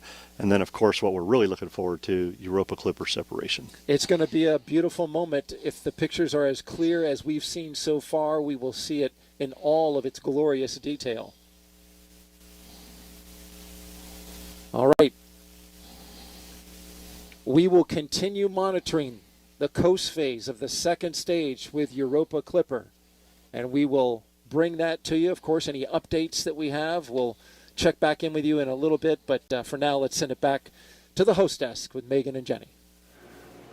Oh, wow. I mean, if you're just joining us, welcome live to Kennedy Space Center in Florida, where we just saw a SpaceX Falcon Heavy rocket soar off the launch pad with the Europa Clipper spacecraft. I thought... I'm surprised you're here and composed, to tell you the truth. Yeah, you did a good job of keeping me upright watching the launch. Yeah, how are you feeling? How was it to see that and feel that, too? I mean, that was honestly one of the loudest and most powerful rocket launches that I've personally felt here on the Cape. It was very emotional in a good way, right? Just kind of overwhelming with just the awe of it, and that it's finally going up into space. And I feel almost at a loss for words. Yeah, I know. She was like, I am sobbing. She just kept saying, I am sobbing. I am sobbing. I mean, but everybody can understand that, right? I mean, and this is one of my favorite parts of being part of the broadcast, because I do get to watch it with the co-host. And really, this is so much of your life that you're seeing culminate in a rocket launch. It is. It's a huge, again, it's almost indescribable, just the amount of time and effort and all the people involved that got us to here, and to witness that moment is just unlike anything I can describe. And can you believe it? We are still very much at the beginning of this spacecraft's journey. It is headed for Jupiter's icy moon Europa, which scientists believe could be the best chance of finding the ingredients for life outside our planet. It will take the spacecraft 5.5 years to travel the nearly 2 billion miles to Europa. This is a mission developed by NASA's Jet Propulsion Laboratory in California and Johns Hopkins University's Applied Physics Laboratory in Maryland. Now, Jenny, why does the team think that Europa is the best chance of finding those ingredients for life as we know it? Yeah, on this planet, everywhere we find water, we find life. And so, that we think that there's this massive ocean of water underneath the ice on Europa is just, how could you resist, So we think that Europa has that water. That's one of the key ingredients for life, along with the chemistry and the energy and the time. It's been kind of simmering away for a long time. Sure. It's a great place to go explore. And how exciting would it be, right, if we could verify that there are the makings of life as we know it on Europa. So let's dig into the science that is going to make this possible. We have several ocean worlds in our solar system. And by exploring Europa, we're getting a taste of what these ocean worlds are like. Europa probably has beneath its icy surface a global ocean of water. We think there are thermal vents in this vast subsurface ocean. There may be primitive organisms there, similar to the original primitive organisms on Earth from which we all evolved. I just love Europa's surface. I think it's one of the most complex surfaces in our solar system. Typically, when you look at another planetary surface, it's covered with craters, just like our moon. There are shockingly few impact craters. So that means something is going on to erase the craters, just like happens here on Earth, and on Earth we call that geology. One of the key questions right now that we have about Europa is whether or not there's plume activity. Plumes are one way that you can definitely get ocean material to the surface. We really need a spacecraft in the system that's watching Europa to see when those plumes are happening, if they're happening. Europa Clipper is orbiting Jupiter, and it's performing 49 flybys of Europa. Each time we make a flyby, we turn on all of the instruments at once. Most of us know about cameras because that's what our eyes see, but there is a whole slew of other instruments on board Europa Clipper that expands our vision. We have 4 different instruments that we're really using to take images of Europa's surface. We have the visible wavelength, the near infrared, the far infrared, and the UV, the ultraviolet. We're hoping to see evidence of change, new cracks, new surface colors that indicate different materials maybe have moved around or come up from the subsurface. We have an instrument that can sniff the very thin atmosphere, the gases, and determine the composition with extreme precision. And we have another instrument that can tell us the composition of dust particles. We have a magnetometer and a plasma instrument that are going to be studying that magnetosphere environment that Europa is sitting in and Jupiter's magnetosphere environment. The magnetic field of Europa, in turn, can tell us about the properties of the ocean. How thick is it, and how salty is it? And then we have this novel ice-penetrating radar that will try to get below the ice shell. Last but not least, we have a gravity experiment using the communication system of the spacecraft. And from that, we can get essentially a map of the gravity field. We can get the shape, understand what's underneath, maybe even get some information on the depth of the ocean. It's really a sophisticated payload. The pictures that we are going to get back are going to be just fantastic. The legacy of Europa Clipper will be just a treasure trove of knowledge about this world. Just to find an environment that is similar to the one from which life arose on Earth would really be groundbreaking. It would be awesome. We don't know if Earth is the only place that life got started, or if it's really common. And a really important way to get at that is to understand, is there life elsewhere in our solar system?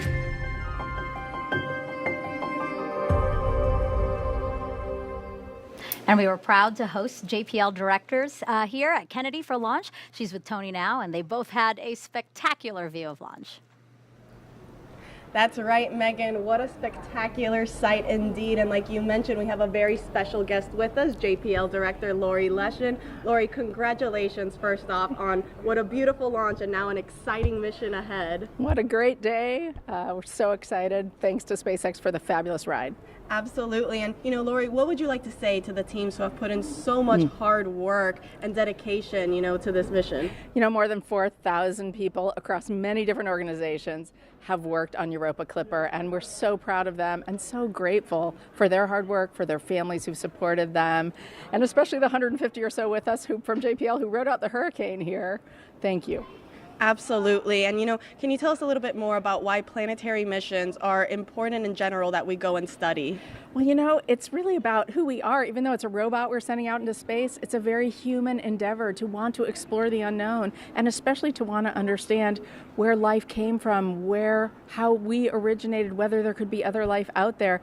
it's really a fabulous quest, and we're so fortunate to be able to do that through NASA's science program.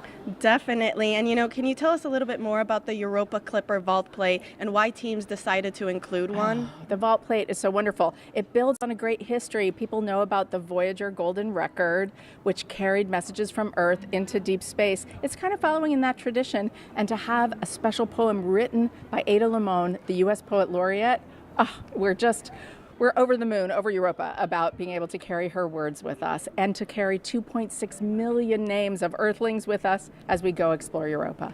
Absolutely, a lot of special mementos on there indeed. Now that launch has occurred, what are some of those key milestones that the teams are going to be looking out for on its way, on Europa's way to Jupiter?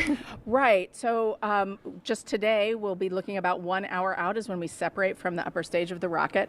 3 or 3.5 hours out is very important because that's when our solar arrays, those giant size of a basketball field or basketball court solar arrays, deploy. We need those because we need power. And then in just 4 months' time, we'll fly by Mars for our first gravity assist. So it's going to be excitement all the way along on our way to Jupiter. Absolutely. Lori, thank you so much for joining us again here today. Back over to you, Megan. Thank you to Lori and Tony.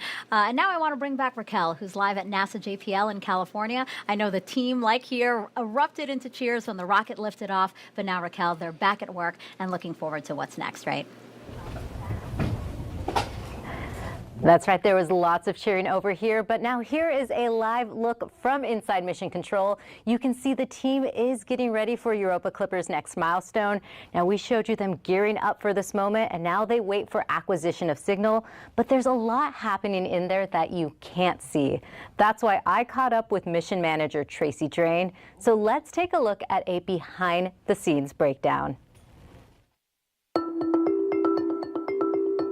And Tracy, tell us about the space here in Mission Control. Here in Mission Control, you'll see a lot of folks who are paying attention to the configuration of the spacecraft before launch. But our main role is to catch the baby, that's Europa Clipper, so that we're ready to control it once it's well on its way. And you'll be right up front here with your headset on, talking to everyone in the room. Can you tell us what is going on behind the scenes? Sure. I, as mission manager, am making sure everything's running smoothly here and communicating status to our project manager in Florida.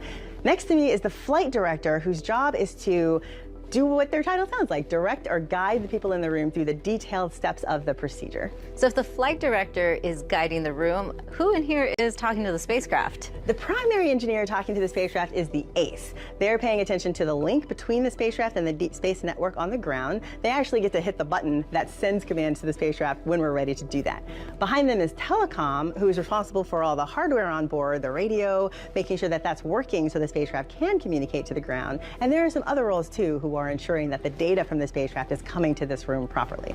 The phase lead sits over here, and her job is to understand all the things that are supposed to happen before and during launch, so that if things start to go a little sideways, she'll be heavily involved in making sure we understand how to deal with them. Navigation are assessing and understanding the track that the spacecraft is on once it separates from the launch vehicle, so that the antenna on the ground can point to it and track it. And then this row behind you, they're making sure Europa Clipper is healthy, correct? That's right. While systems here is ensuring that all of the different parts of the spacecraft work together, the folks back here are paying attention to individual pieces. Avionics and flight software are paying attention to the computer and the software that's running on board.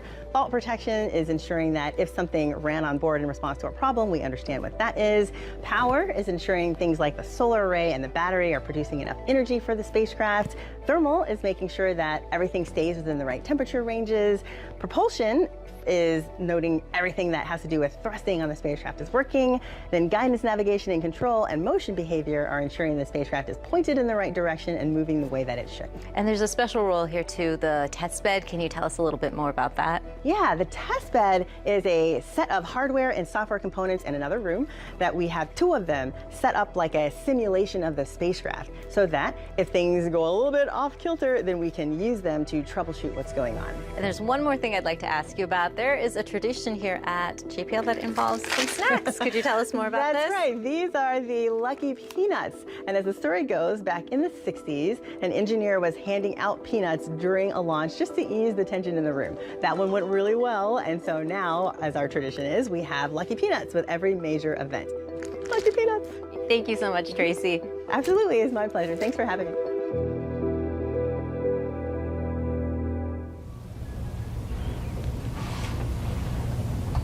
As you can see, Tracy is here now, and the entire Europa Clipper team are in high gear. This isn't the only room where the team is hard at work. Let's take a live look at an additional operation room. This is where an overflow of the team is working during and after launch. Megan, back to you. Thank you so much for that video and tour, Raquel, because it really was cool to see all the people, again, that is making this mission possible. And we have even more people for you all to meet. Take a look. Humans can be pretty smart, and we do discover a lot of great things, but there is still so much that we don't know. This is like one of the most exciting times to be working in space. I feel very fortunate and privileged to be supporting this mission. The Europa Clipper is NASA's flagship mission to explore a moon of Jupiter called Europa. Here's our Europa Clipper spacecraft being built. How do you build a spacecraft to go visit a world that exists inside of this extreme environment? What we're looking for is what's underneath the surface. My name is Valeria Salazar, and I help put together all the hundreds of different components that make up Europa Clipper. My name is Andres Rivera. My name is Jenny Kampmeyer. My name is Sarah Elizabeth McCandless, and I am an interplanetary navigator. I'm Deepak Srinivasan, and I work to make sure that we can communicate with the Europa Clipper spacecraft. And making sure that Europa Clipper makes its way to Jupiter safely. I work on Europa Clipper, helping science fiction become science reality. We're going to Europa to determine whether we have favorable conditions for life. Here on Earth, no matter what environment you're in, wherever there's water, we found life. We're going to investigate all those ingredients that we think have led to life as a whole. But to actually do that, a lot of engineering has to happen. There's no one person that is responsible for getting this spacecraft built, for designing our science campaigns. I'm helping enable solar system exploration, helping to enable exploration of the universe. We're doing some really humanity-changing science. It's a hard journey to get here. It felt like an impossible dream. For me personally, being an immigrant, I never really imagined that I would have the opportunity to participate in something like this. Just seeing it up here and knowing that it's going to be up in space, it's pretty humbling. Seeing it from its infancy to actual realized hardware, to get that on its journey to Europa, it's just going to be a wonderful feeling. It's been very motivating to see that a part of me will go to Jupiter. I'm contributing this tiny part of something that's going to help us understand better about our universe. We're going to be exploring literally the frontiers of life. Who knows what mission today is going to be that inspiration for the next generation. That's such an honor to be a part of.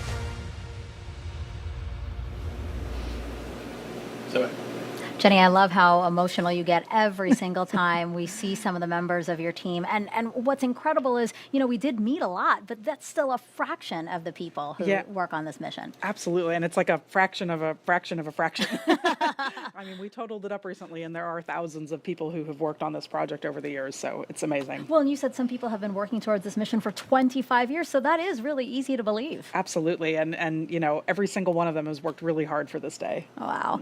And, you know, Europa Clipper is the largest spacecraft NASA has ever developed for a planetary mission. Let's bring back NASA's Antonia Jaramillo. Thanks to Megan. Joining me is Dr. Robert Papalardo, the Europa Clipper project scientist. You know, Bob, what exactly are we expecting to find, you know, with this Europa Clipper mission? Well, the Europa Clipper carries the most sophisticated suite of instruments that we've ever sent to the outer solar system. It carries a radar that can penetrate through ice like a CAT scan to find liquid water. Super high resolution imaging. We'll be able to look for warm spots, plumes at Europa.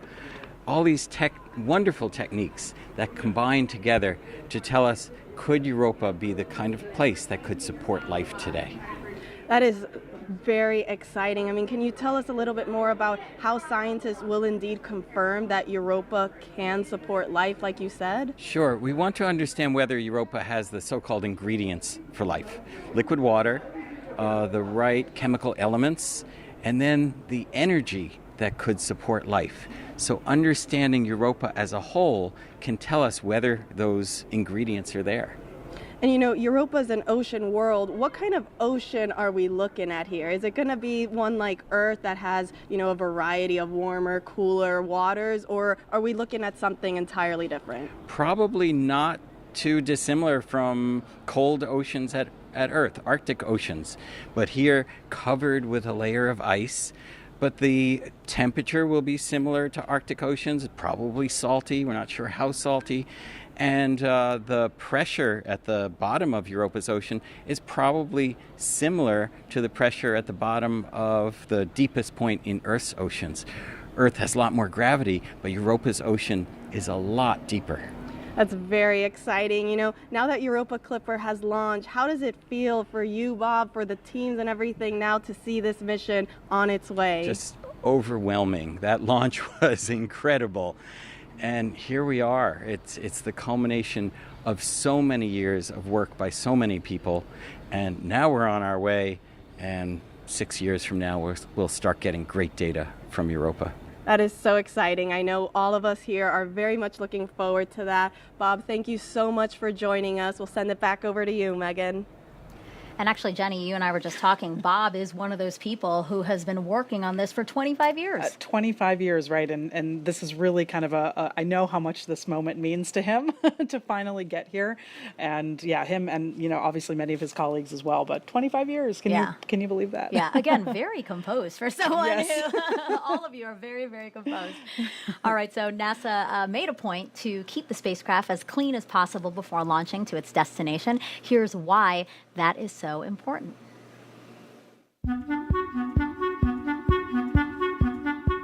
I have the coolest job on Europa Clipper. I keep the spacecraft biologically clean. This means I am looking to reduce the amount of bacteria that are stuck to the spacecraft.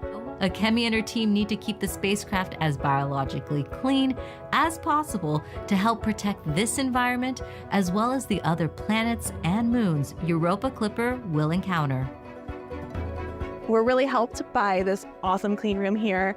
It does a lot of the work for us. We also monitor everything that's being brought into the clean room. Everything is very tightly controlled. It's cleaned before it comes in, and we sample anything that is going to come close to the spacecraft.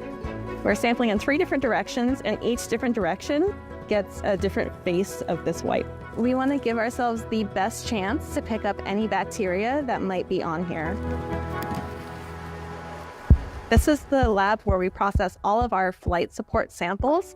So I need to take this wipe that we use to sample the spacecraft surfaces and get it into this bottle. And then I'll add some soapy water to this. And then from there, we're going to shake off all of the bacteria into that soapy water. We are using sound to finally shake all of the last little bacteria off into our soapy water. And then we've moved to the next step, heat shock. What we're trying to do here is kill off all of the weaker types of bacteria and leave just the hardy bacteria. Next, we're going to filter this. The liquid will filter through and the bacteria will stick on top of the filter. From there, we put that onto a plate of bacteria food. From there, we let it grow for 3 days. We count every 24 hours for 3 days. They are really diverse, actually. They come in different colors. They can be tall and ridgy or really circular and smooth. Some of them really spread out. We use that number to estimate the number of microbes living on the spacecraft. Think of Europa's ocean like a nature reserve. We don't want to contaminate it with anything from Earth. Out of the thousands of samples that we've collected, only about a dozen have required us to ask the engineers to re-clean the hardware so that we could go in and resample it.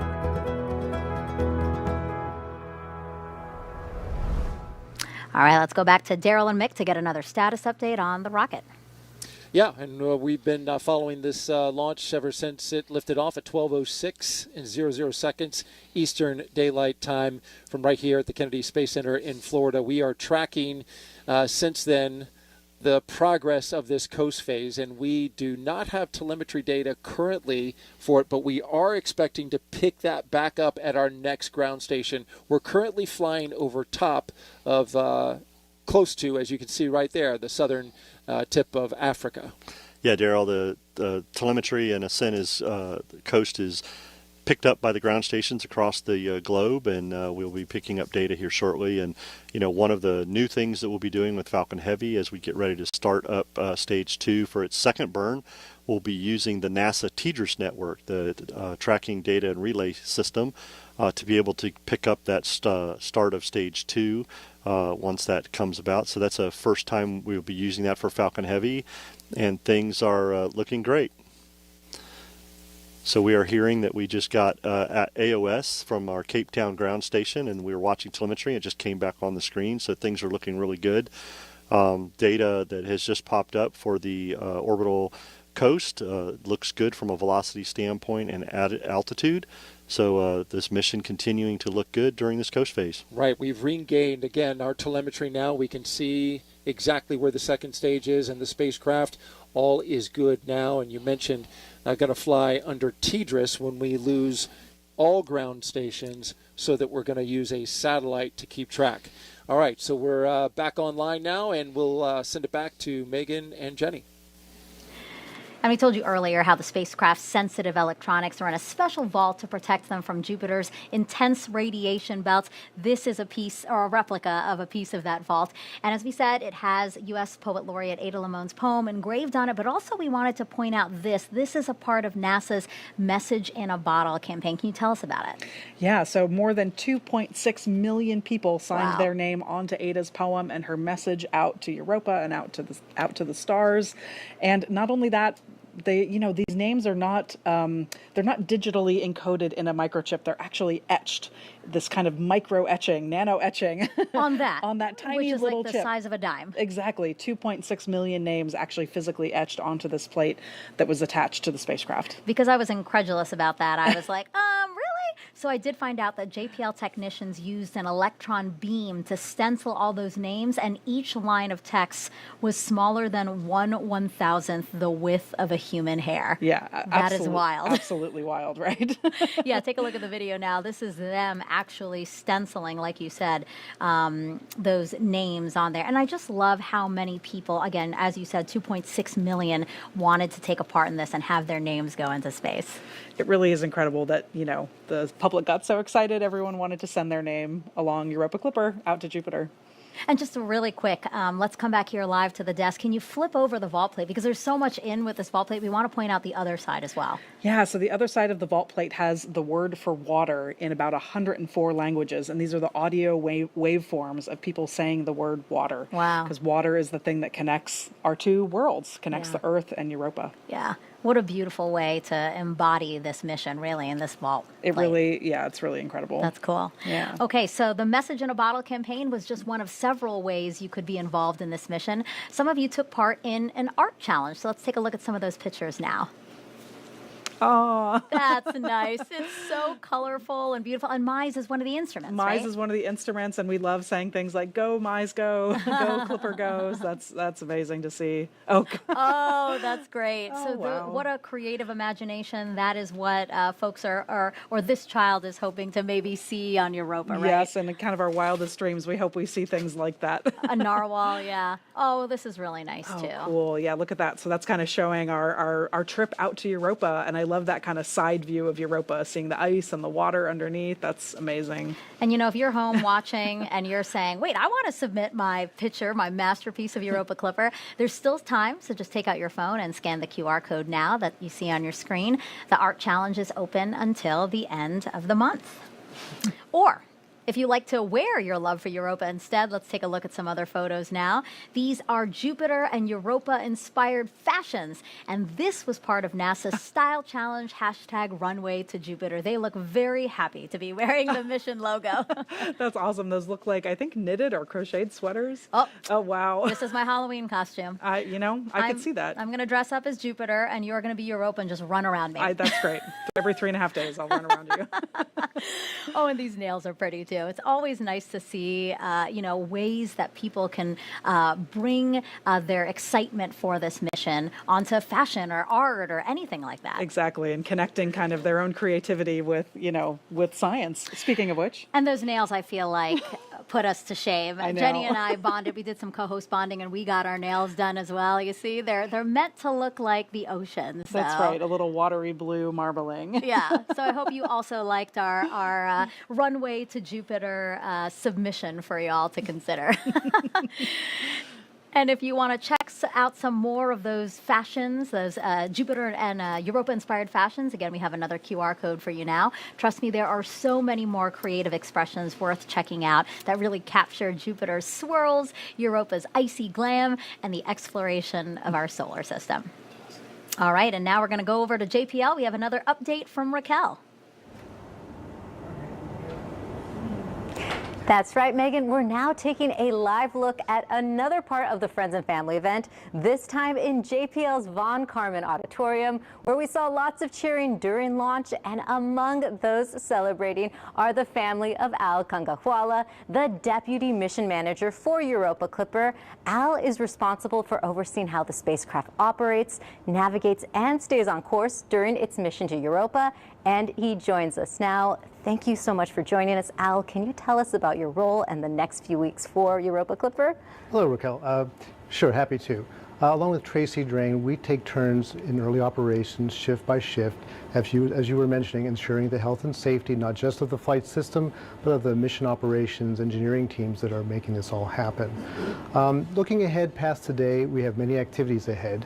We're going to be performing characterizations, deployments, and checkouts of the subsystems and instruments. Some will be required prior to our first trajectory correction maneuver in about 3 weeks. We call that part Flight System Characterization Part 1. And then the vast majority of the remaining checkouts will be performed after that. That'll put us kind of near the end of the calendar year. After that, we'll be performing a flyby of Mars on March 1st, 2025. Speaking of flybys, Europa Clipper will have flybys of Earth and Mars. So how does that help it reach its final destination, Jupiter? So we use planetary flybys to perform what you would consider to be like gravity-fueled maneuvers. The slingshot effect you get by flying by a planet or a moon gives us essentially the ability to add energy to the spacecraft trajectory and to put the trajectory in a more optimal direction. So to get to Jupiter, we'll perform flybys of Mars next year and then one of the Earth in December of 2026 prior to arriving in Jupiter in 2030. Of course, once we're in the Jupiter system, we'll be performing many flybys of Galilean moons. And you can think of every flyby of Europa as not just a scientific opportunity, but an opportunity to tailor and craft the trajectory to set up the ground track for the next flyby. Yeah, so tell us about that. Like once it reaches Jupiter, what will the paths look like? So after orbit capture, we'll be proceeding with a series of Galilean moon flybys to reduce the size of the orbit, the capture orbit, to one that's more in resonance with Europa's orbit.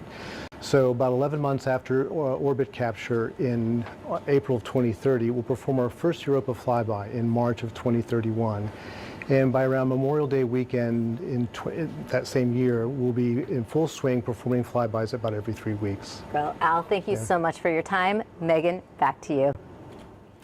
Now, Europa Clipper is carrying 9 science instruments on board, and they all came from all across the country, as you can see on the map on your screen. Yeah, isn't it amazing? There are just all of these institutions around the country that contributed instruments to the payload, and I'm so glad they did. Again, very much a team effort. So now we want to take some time to walk you through some of those 9 instruments, and we have the first 4 on the desk now. Yeah. Walk us through these, Jenny. Absolutely. So we're going to start over here. Okay, so the this one? Yep. So that is our ICE instrument. It's actually 2 instruments. Oh, and I see another piece. Yep, that's our wide angle camera, and then the larger piece is the narrow angle camera. And these are basically going to give us those beautiful color, high resolution photos of Europa. Cool. The next one here is eThemis. This is our thermal imager. So this is kind of like our pair of night vision goggles. It's going to help us see spots on the surface where the ice might be warmer, where water might be seeping up from underneath, making that ice melt. Oh, awesome. Yeah.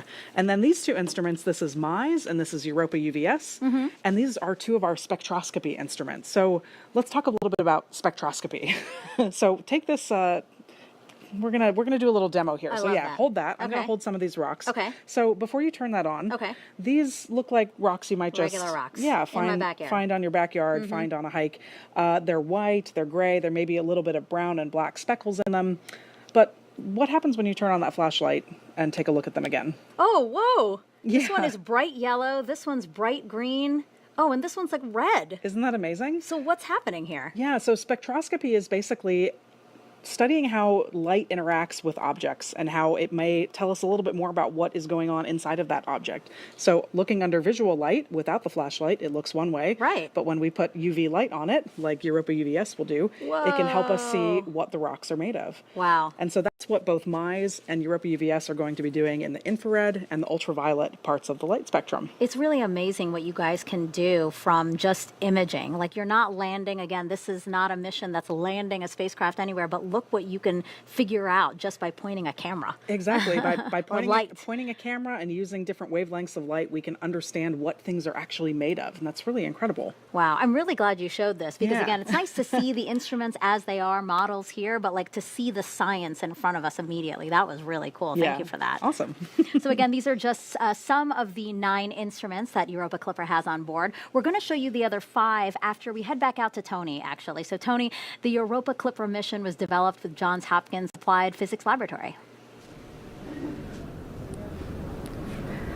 That's right, Megan. And joining us virtually is Bobby Brown, the head of Johns Hopkins APL Space Exploration Sector Head. Bobby, can you tell us a little bit about where you are and how you and the teams are feeling at this moment? Yeah, well, good morning. I'm standing here in the Mission Support Area East, which is one of 2 mission support facilities. One's at JPL, that's the primary one, and then we have a facility here in Laurel, Maryland as well. And I'm standing here with members of the operations team who have been plugged in all day and are part of this mission. That's amazing. Congratulations to you and the team. And in your mind, what makes Europa Clipper so unique? Europa Clipper is among the most special of special missions that we do in planetary science. The science itself is amazing. It's something that's been in work for 15 years. The spacecraft is huge. It's going to a destination that you could really just dream of. Think about the moon, but the moon, our Earth's moon, but with twice the volume of water that we have on the Earth. And our spacecraft's going there to explore. It's a very large spacecraft, very heavy spacecraft, and of course soon our magnificent solar arrays are going to deploy. These solar arrays are 100 feet across. So this is the largest, most significant planetary science mission of all time. That's right. And can you tell us a little bit more about APL's contributions to this mission? Yeah, well, a mission this unique actually took the best of the folks at the Jet Propulsion Laboratory and at the Applied Physics Laboratory working and learning together. This mission took the best of all of us to get this done. Here at APL, we've been responsible for the propulsion module and the communications electronics and antenna that are part of that module. The propulsion module is about 10 feet tall. It's about 2/3 of the height of the overall spacecraft. And we've also built, I'd say 2.5, 2 and parts of 1/3 of the science instruments. So the cameras that we were just talking about, those 8 megapixel, both wide angle and near angle cameras that were, when they were designed, had the same resolution as, say, an iPhone 10. Those were designed right here at APL. They're going to be able to zoom in on Europa to a factor of 5 greater than what we've seen on past missions like Galileo.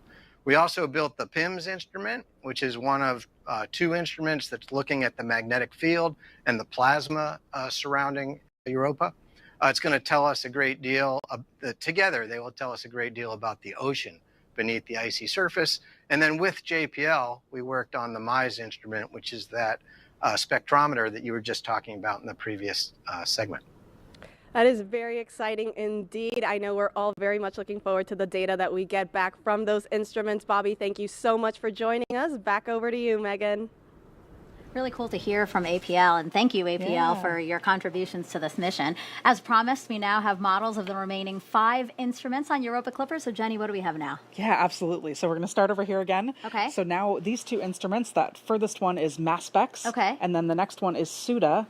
And then both of these together are a dust detector and a mass spectrometer. So these instruments are going to be kind of directly tasting particles that are in the environment around the spacecraft. Tasting? Yeah, so kind of as we're flying past, particles will be hitting their sensors and we'll be able to tell what they're made of, how fast they're going, and doing that kind of chemical analysis. Oh, okay. The 3 over here that we have photos of, because they're really big, so we can't have You couldn't models. fit them on the desk? That's right, they wouldn't fit on the desk. The 3 of these together are going to be able to tell us about the interior structure of Europa. So we'll start on the end with Reason. Reason is our ice-penetrating radar. Okay. That's going to help us understand how thick the ice is, places where it may be thinner. And then PIMS and our magnetometer are are studying the plasma fields and the magnetic fields. So let's talk a little bit about the magnetic fields, because this is a really interesting part of Europa. So let's do a little demo. Okay. So I want you to hold this. All right. We're going to pretend this is Jupiter. Right. And you can see there's kind of a magnet inside with some of these iron filings. So go ahead and give that a quick shake. Oh yeah, shake it up real good, real good. There you go. Awesome. Okay. So now it might be hard to see, but you can see that iron is flowing around like the magnetic fields of Jupiter. So if you were to just take a rock and move around, you wouldn't really see much, but try it with that. A magnet. Yeah, so that one's magnetic. Whoa, it's attracting all the little metal shavings. Exactly. So that's basically, we're kind of pretending that this is Europa in this situation. So the way we discovered that there was an ocean underneath the ice is because there was a little bit of a wobble in the magnetic fields. And we were able to infer from that there must be some sort of conductive layer underneath the ice. I see. And so if Europa didn't have that conductive layer of ocean, we wouldn't see this kind of interaction with the magnetic fields. Gotcha. So our magnetometer instrument that we have on the payload is super, super important. Awesome. Thank you so much, Jenny. Yeah. All right, so we've been following along with the Falcon Heavy second stage as it continues its journey out with Europa Clipper. So let's head back to NASA's Daryl Nail and Mick Waltman for the next operational milestone. Yeah, that's right. We're getting ready to relight the second stage engine on the second stage of the rocket, carrying Europa Clipper, and it is just moments away, Mick. We're at T plus 47 minutes and 30 seconds, getting ready to relight. This is a longer burn than the first burn. Yeah, this is the burn that will get us into that ITO, or interplanetary transfer orbit, allowing Europa Clipper to be separated and get ready for its Earth assist maneuver. And there we just heard the call for MVAC ignition. The engine was chilled down prior to this, and ignition has happened, and second burn is continuing on. So this is a 3-minute and 21-second burn of the second stage. If you're familiar with the amazing views that we have at this point, then you know that we've got the camera on the second stage. However, we are not expecting to see that view for this particular burn, and there's an important reason for that, and that is because we've been on ground stations leading up into this point, but for the duration of this second burn, we are pulling data through the TDRS network. The TDRS network, a legacy satellite system in geo orbit that is going to help us out fill in the gap so we can at least pull down the important telemetry of what is going on. Yeah, we're seeing the telemetry coming through, and things are looking good on the telemetry. And but as you stated, we can't process that video through there from that aspect, and things continue to go for this burn. Yes, the TDRS system covering 90% of this burn too. TDRS, of course, standing for Tracking Data and Relay Satellite Network. 90% of the burn will be covered by TDRS, but it's a much lower data rate than it is from the ground station. It's roughly on the order of 20 kilobits per second. If you compare that to your home internet connection, it's the pipe is about 5,000 times smaller. Yeah, we have to choose what data we send. So we want to send the vehicle telemetry so we can see what's happening from a stage 2 velocity and altitude, and bandwidth for video takes up a lot more. So we opt to get the launch vehicle data, and things continue to look good for this burn. Anyone who has downloaded video onto their phone knows about bandwidth. You got to have a good connection. You got to have a cell phone that's on a wide connection in order to pull down video. So we will not have video for any part of this second burn. Also, the spacecraft team is not getting any of the telemetry being pulled down because, again, as you said, there's a high priority on the communications about where that rocket stage is. Yeah, absolutely. And this burn continues, and we're about 30 seconds away from the end of this burn, and we'll see how things continue to move. But we're watching the telemetry here, Daryl, and you can see that the acceleration of stage 2 and velocity continue to increase as stage 2 is performing its job to get Europa Clipper into its orbit.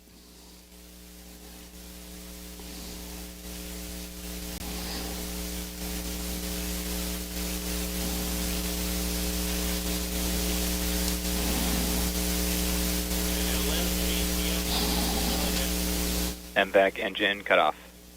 There you have the cutoff. The second burn is complete. And we just caught some video of right there at the end of the second burn, and we've got some results there. Everything looking good. Yeah, TDRS network did its job. We just switched over to ground station, and we were able to pick up that nominal video. orbit insertion. And nominal orbital insertion has just been reported, and stage 2 looks good. So our next event, Daryl, will be spacecraft separation. Very excited for that, and I know everybody's looking forward to that with the successful launch today. We are looking forward to seeing Europa Clipper go off into space off that second stage, but in the meantime, we'll send it back to Megan and Jenny. All right, it's been now about 51 minutes, nearly 52 minutes since launch. Our coverage is going to take you through separation and getting the first possible signal from the Europa Clipper spacecraft. Let's head back over to JPL, where NASA's Raquel is somewhere new to tell us about the Deep Space Network. Yeah, Megan, this is a wider look at the Space Flight Operations Facility at JPL, where NASA operates the Deep Space Network. This powerful system is able to communicate with spacecraft traveling beyond the moon. And joining us today is Amy Smith, the Deputy Project Manager for the Deep Space Network. Thank you so much for joining us, Amy. Thank you for having me. So your team is waiting to hear from Europa Clipper. Can you tell us why the Deep Space Network is so important with establishing communication with spacecraft? Yes, so the Deep Space Network is part of NASA's Space Communication and Navigation Program, and it is the critical link between scientists and mission controllers on the ground and more than 40 missions that are exploring our solar system and beyond today. So the Deep Space Network is made up of 14 very large antennas strategically located around the world. We have a complex here in Southern California, one outside of Madrid, Spain, and another one in Canberra, Australia. And those are about equidistant around the world, as you can see in this graphic, so that wherever your spacecraft is, when it needs to communicate to Earth, it can see one of our Deep Space Network antennas. So with the Deep Space Network, we can send commands to our spacecraft, we can collect all that amazing science data, and we can even collect navigation data so that the teams know where their spacecraft is. Yeah, and what is Europa Clipper doing right now, and which location do you expect to establish communication with first? Yeah, so the radio on the spacecraft will turn on about its separation and start warming up and sending a downlink signal back to Earth. And we have antennas at our Canberra complex, which are set up right now and waiting for that signal. And then after that, what is your team doing to prepare for signal acquisition before and after? Yeah, so the Deep Space Network is here to support our missions. And so we work really closely with the missions to understand what they're going to need, especially in a critical event like today. The mission provides all of those parameters to the Deep Space Network so that we can set up our antennas to be looking at the right place in the sky, to have all of those downlink set up just perfectly so that when the signal comes in, we'll be able to see it.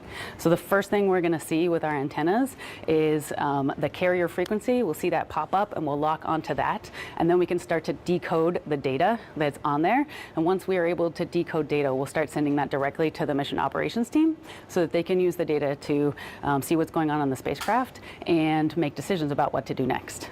Eventually, they'll ask the Deep Space Network to turn on the uplink, so we will establish coherent two-way communication, which means we'll still be collecting data, but then we can send commands to the spacecraft, and we'll start collecting that critical navigation data that the team needs.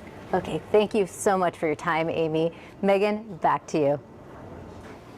Thank you, Raquel and Amy. And once Europa Clipper is launched, you can follow along with its journey using NASA's Eyes on the Solar System, which you can check out by scanning this QR code. It's a 3D program that allows you to zip around our solar system to learn about planets, asteroids, comets, moons like Europa, and spacecraft like Europa Clipper. And remember, Europa Clipper is not a life detection mission. Again, instead, it is looking for the right conditions that could support life. Now, a check on the clock. We are now 55 minutes from launch. We have time for some more social questions. This one actually is not a question. It's a well wish. This is from Tiffany Basket on Facebook. I think she knows you because she's saying, "Hi, Jenny." From all of us in Ohio at the Buckeye Online School for Success, we want to thank you for keeping us updated and inspiring our students to dream big. Good luck today. That's just so heartwarming and amazing to hear from them. And I know they're all watching. So, yeah, thank you so much. Yeah, that's wonderful to get That's to hear great. that. Hi, Tiffany. Thank you for that. Yes, thank you. And we have one quick one from Instagram. If life is found on Europa, what will be the next steps? What does this mean for future missions? And I'll add on to that. What would life look like possibly? Yeah, so, again, we're not a life detection mission. We are not really looking for like a biosignature of something that says like, wow, we found life, right? But we are going to assess its habitability. And if we find that this is a place that is habitable, the hopeful next step is that we would send a landed mission, that we could go in the future and actually land on the surface, take samples and all those things. All right, let's go back to Daryl and Mick right now. Very much, and we continue to watch the progress of Europa Clipper on that second stage of the Falcon Heavy rocket, and we're looking good so far. The telemetry we're seeing looks like the coast again is going well. We expect the spacecraft and the second stage to start to go into a little bit of a roll, and that's intentional, Mick. Yeah, for thermal protection, to make sure that Europa Clipper stays cool and gets going, and we get that thermal roll that's going on. But everything's looking good, and the initial data we got from stage 2 performance looked really good and nominal for that second burn. So we're definitely looking forward to Europa Clipper separation here shortly, as we can see this camera view of Europa Clipper on the front of the SpaceX Stage 2 launch vehicle. Yeah, that's a great shot of the spacecraft going out the forward end.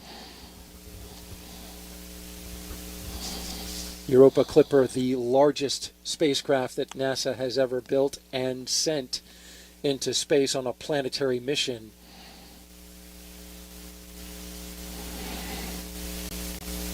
There we see the camera view of the MVAC-D that did its job in the shutdown, and the picture of Europa Clipper on the front of the Stage 2. Things continue to look good as we see the altitude of Stage 2 continuing to increase during this coast, and the velocity is ramping down into a steady state. Things continue to look very good, getting ready for separation in roughly 5 minutes.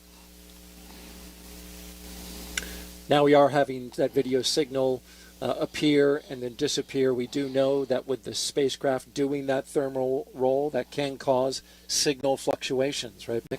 Yeah, absolutely. We're on ground station tracking, and as it slightly moves around, we lose the connection a little bit, but we're getting great data so far as the vehicle continues to perform well. We really want to be locked in at T plus 1 hour and 2 minutes and 32 seconds.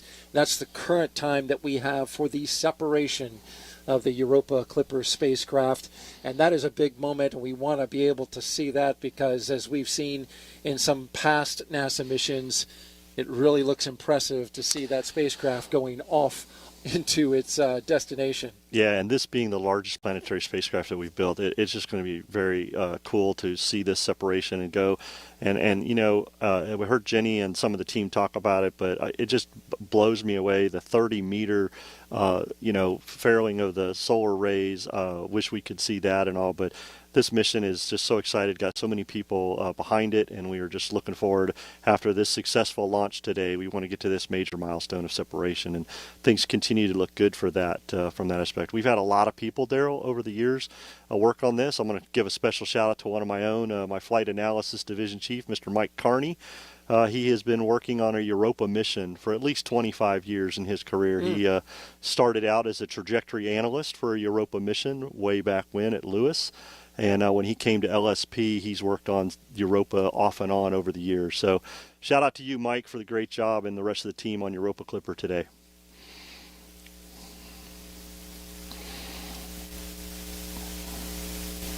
We just passed the 1 hour mark of flight for Europa Clipper and Falcon Heavy.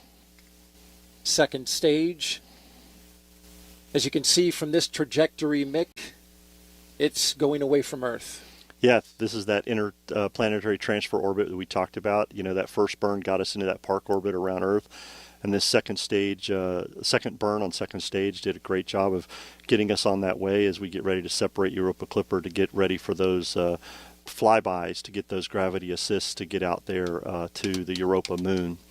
Things continuing to look very well on the stage performance as it coasts through, getting ready for separation.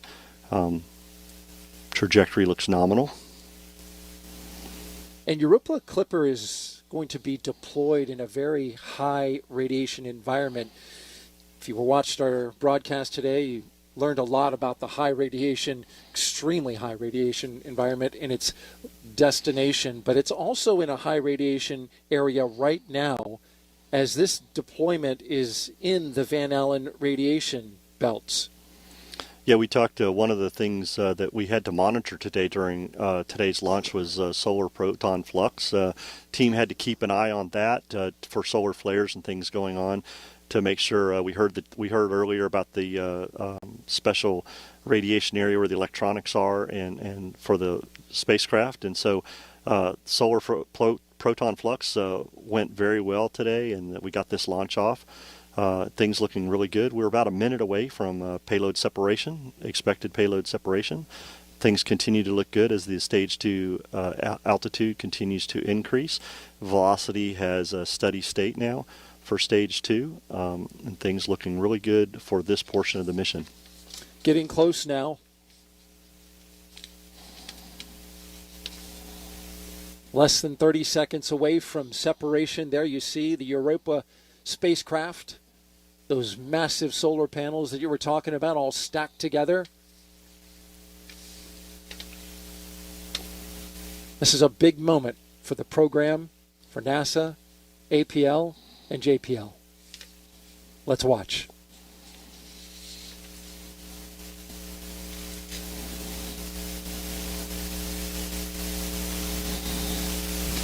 Europa Clipper, separation confirmed. And there you go. NASA's Europa Clipper probe, embarking on a long-awaited mission to study Jupiter's icy moon Europa. And what a sight, Mick. That is absolutely gorgeous, Gerald, to see Europa Clipper on its way. Successful deployment from stage 2. Falcon Heavy performed very well today. Teams behind us are clapping and enjoying. That is a beautiful picture. Via the video, we can see that Clipper has successfully separated. Please say goodbye to Clipper on its way to Europa. Now that voice you heard just there is the Europa Clipper flight director, Pranay Mishra. He's with the mission support team. Okay, all stations, we are waiting for sign of initial acquisition. Again, Telecom will confirm when we have carrier lock, and DDM will let us know when they see the first packet down. You can see the second stage and the spacecraft just hit orbital sunrise, fully illuminated by the sun coming over the Earth. And as you just heard the flight director say, they are now going to be monitoring for an acquisition of signal. Yes, this will be the first time the spacecraft gets information. Looking forward for that. The hope is that they would get it in the next few seconds. We're now looking at a split screen. On your left, you see Europa Clipper. On your right, this is telemetry coming. Or actually, this is the ground station looking for a spike, looking for a handshake with the spacecraft. And we expect to see that in the form of a blip. Daryl, as you say, they expect that here in a few seconds, but it can happen in a few seconds or anywhere from 15 minutes from now. So the team is closely monitoring this and looking for that, and we're hoping that we can gain AOS here very shortly.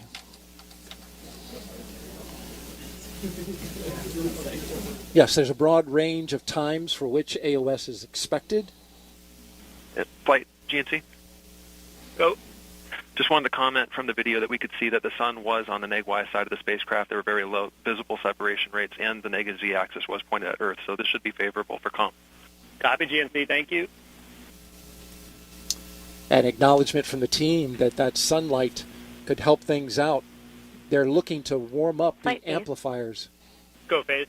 Sorry I missed the session IDs for our SA sessions from GDS. Can you or GDS repeat those for me? We did not call them out on net yet, but there are 5 session IDs that it will cycle through, so just a note. GDS, could you note those session IDs in your cache report, and then folks can go there and take a look? So they got 2 radios there that they are warming up. And once they get warm enough, they'll be able to send a signal transmitting down to the Deep Space Network. And that's where JPL, the team that you see there in California, is awaiting to receive that signal. Basically a handshake saying, hey, I'm here, I'm good. The bigger telemetry and the more the data about how it's doing will come down later. Go. Did we get confirmation that the alarm file was deployed? That's affirmative. Do we have the time at which that deployment was complete? GDS, do you have a specific time for when that alarm file deployment was complete? 17:05:06. Systems, you copy that time? Copy, thank you. Again, that's Europa Clipper Flight Director Pranay Mishra leading his team.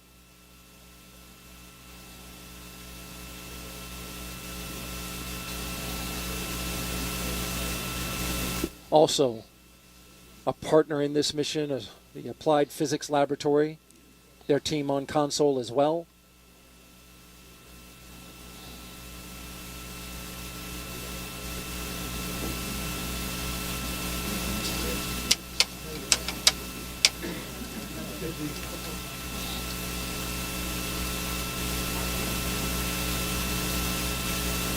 We're continuing to monitor the search for a signal.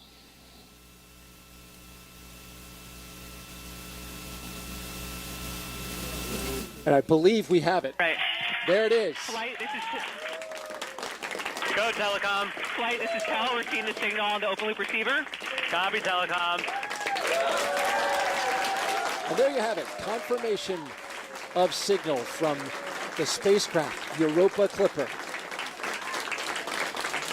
In the room there at the Jet Propulsion Laboratory erupting in applause. These teams have worked a long time. You've got some high fives. Flight, I got data on SSC. Copy, Telecom.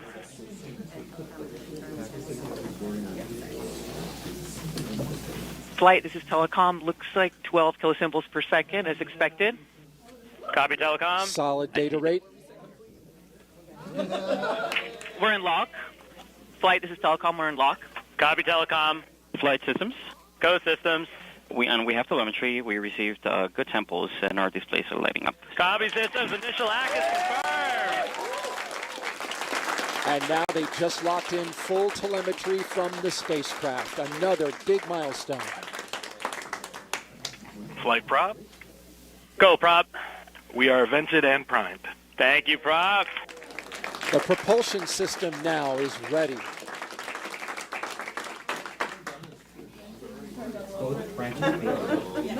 Flight, this is Nav. Go, Nav. We see Doppler data. Copy, Nav. Break. Flight systems. Go. We're reporting status that both branches failed to vent. Can Prop please confirm if venting occurred successfully? I was about to do that. The pressures are good, but we are seeing the valve venting flag. We're taking a look right now. Copy, Prop. Thank you. Flight GNC. Go, GNC. We do see, there's the telemetry just came in too. We do see that we are already in the mode GNC 3RS tracks on point, and with the Z-axis rate is consistent with the Z-axis roll. Copy. Thank you, GNC.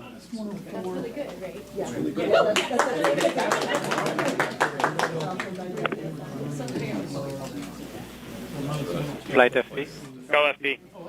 So the particular condition about both branch failing venting does not trigger a monitor, and we have no indication that anything tripped, so it just moved down to priming. Copy. Can hear you, Sammy. Copy.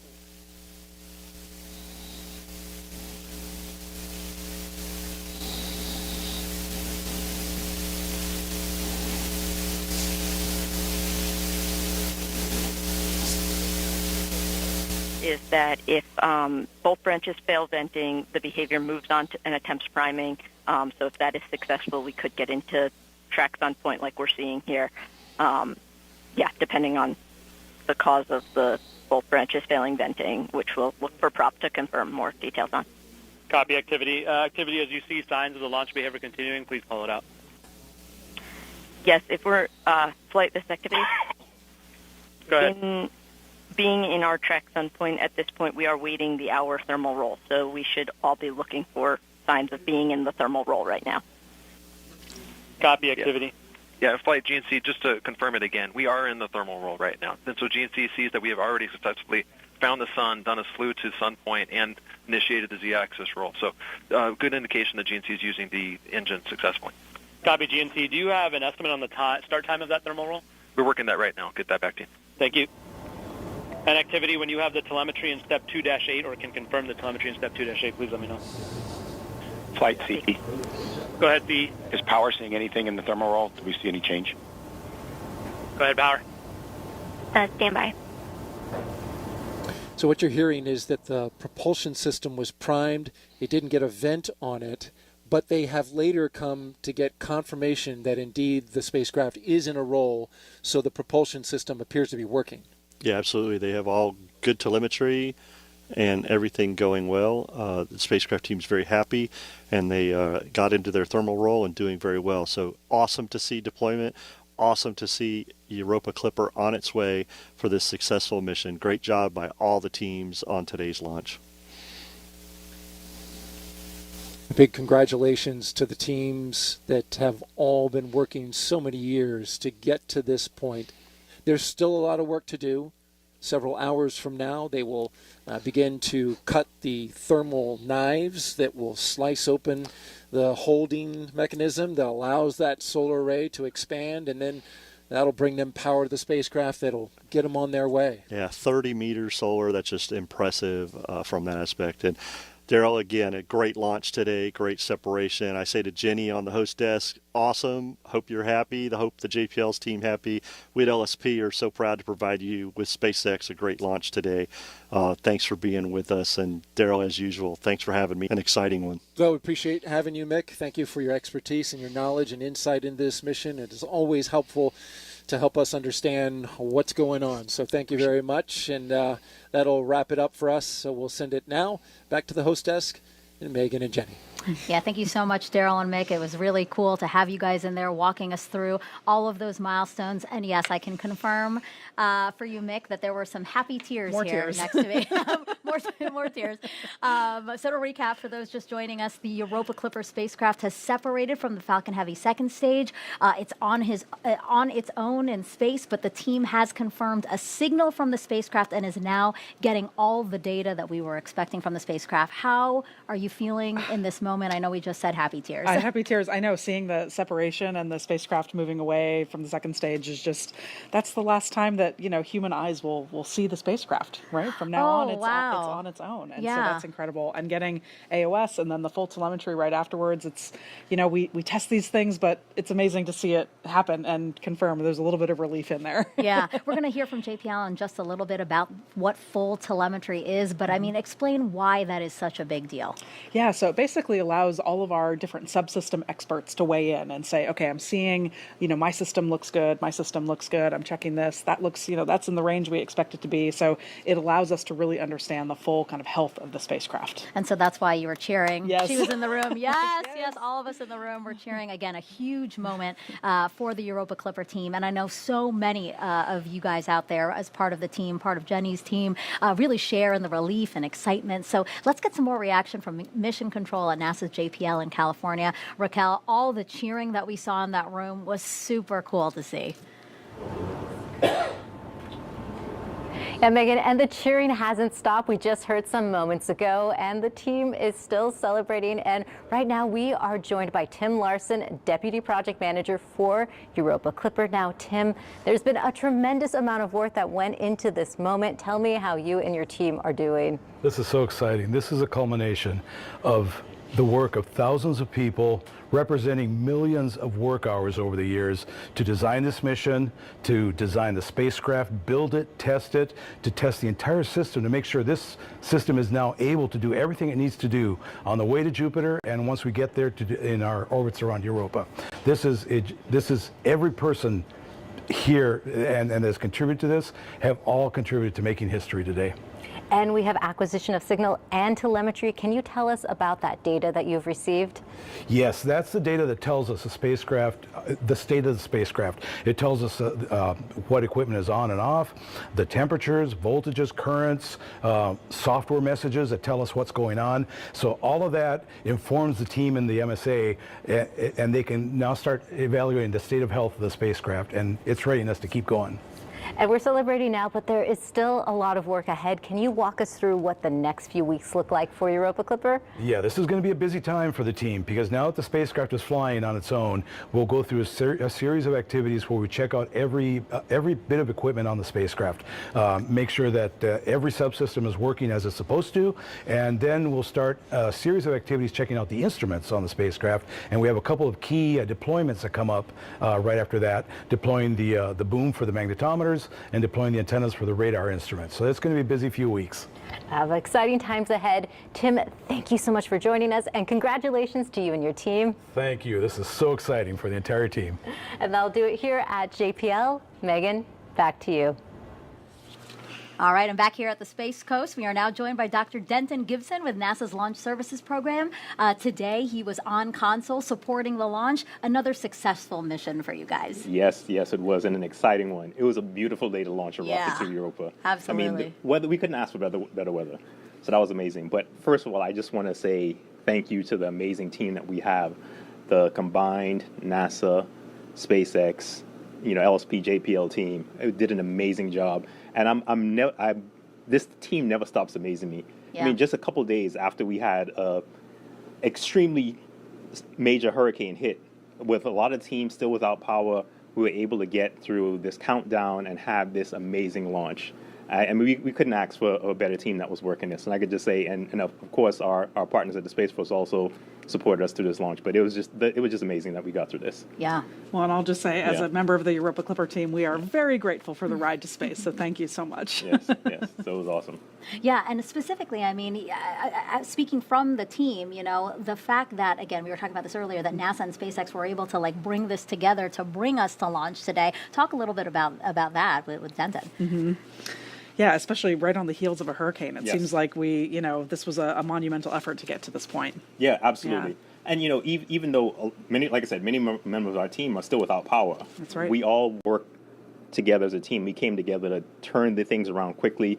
The KSC was able to open and get our teams in to start looking at the spacecraft launch vehicle, working through anything, impacts from the hurricane. Thank God there wasn't many significant impacts, so we were able to work through that. We were able to get the team together to work things and able to get to this point. Mm-hmm. So it was a huge monumental task. But this team really came together and got it done. Mm-hmm. Yeah. Jenny, do you have any questions for Denton? Again, I think you're kind of speechless right now. I know. I mean, what does it mean for LSP to be part of Europa Clipper's journey? I mean, the mission itself is amazing. Yeah. And to be the team that helped enable the spacecraft to get where it needs to go, to get the science that everybody's looking forward to getting. Right? I mean, I couldn't tell you how excited I am to really get and hear some of the science of the discovery that's going to come from this mission. Yeah. So it always means a lot to LSP to be entrusted with such a monumental mission and to get it where it needs to go successfully. So that's always, significant to have us be a part of that. So incredibly beautiful launch. Yeah, you guys enable so much science that can really change our outlook on our planet, on our universe. So thank you for that. And because as a little thank you to you, I know you guys love our launch highlights. So why don't we take a look at another launch replay from today's Europa Clipper launch. And here we go. 10, 9, 8, 7, 6, 5, 4, 3, 2, 1. Ignition. And liftoff. Liftoff of Falcon Heavy with Europa Clipper, unveiling the mysteries of an enormous ocean lurking beneath the icy crust of Jupiter's moon, Europa. Engine chamber pressures are nominal. See that the chamber pressures are nominal as we hear. All 27 Merlin engines look great. Rocket beginning to roll. Putting down 5.1 million pounds of thrust.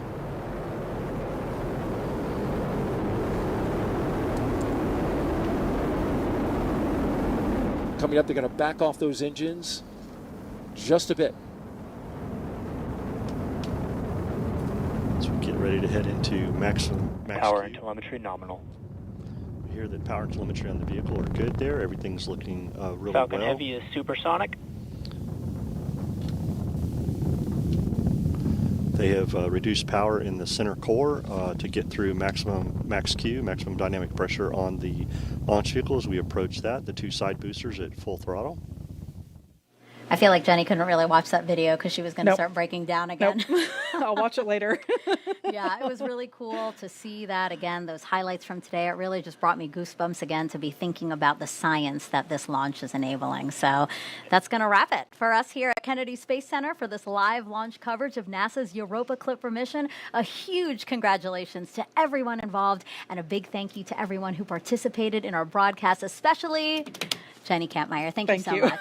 It's been so fun to be here, and I just love this is the start of our journey of exploration, scientific discovery, everything we're going to learn from Europa. It's just amazing. And again, this is huge for astrobiologists around the world, but really all scientific disciplines can really gain something from this. Absolutely, and it's going to change our understanding of kind of our place in the universe. If this is a world that could support life, what does that say about other solar systems that may also have worlds, like Europa? So you got to wait 5.5 years, though. I know. How do you feel about that? We got to be patient, but it's going to be worth the wait. I think we'll all be sitting on our hands anxiously waiting to get to Europa, but it's going to be worth it. And obviously there is work to be done while it's coasting there. One other thing that I wanted to bring up for before we let you all go is, Jenny, talk to us a little bit about your trajectory, how you got here to NASA, because I think that's an inspiring way to maybe end this broadcast. Yeah, people always ask, how can I work for NASA? How do I get to do what you're doing? There's a lot of different paths. My path was a little bit non-traditional. I started my career as an adult as a musician. I was a classical musician and orchestra librarian for a bunch of years. I went back to school for engineering, and now I'm here at NASA. And it was actually watching a launch that kind of kicked me down that path. Mm-hmm. So if you're out there and you're thinking, I want to work for NASA one day, just go down the path that you want to go down, and you can get there eventually. Yeah, and we're so lucky to have you. Thank you so much. And if you want to continue to follow along with this mission, just scan the QR code on the bottom of your screen. I promise it's the last one. This one will take you to europa.nasa.gov. Together, we will discover the mysteries of both Europa and our home planet. Have a great day, and go Europa Clipper. T-minus 10. I've never been more excited about the possibility of discovery. We are now at the point where we can bring together lots of different types of people. You talk about grit and determination and resilience. These are areas that humans aren't designed to go to. We put together this amazing adventure and mission. So when I turn it on, whoa! Decisions we might make could influence other things. And it's everything. I hope that we can do something to turn us around. There are many questions raised by the mission that we still need to answer.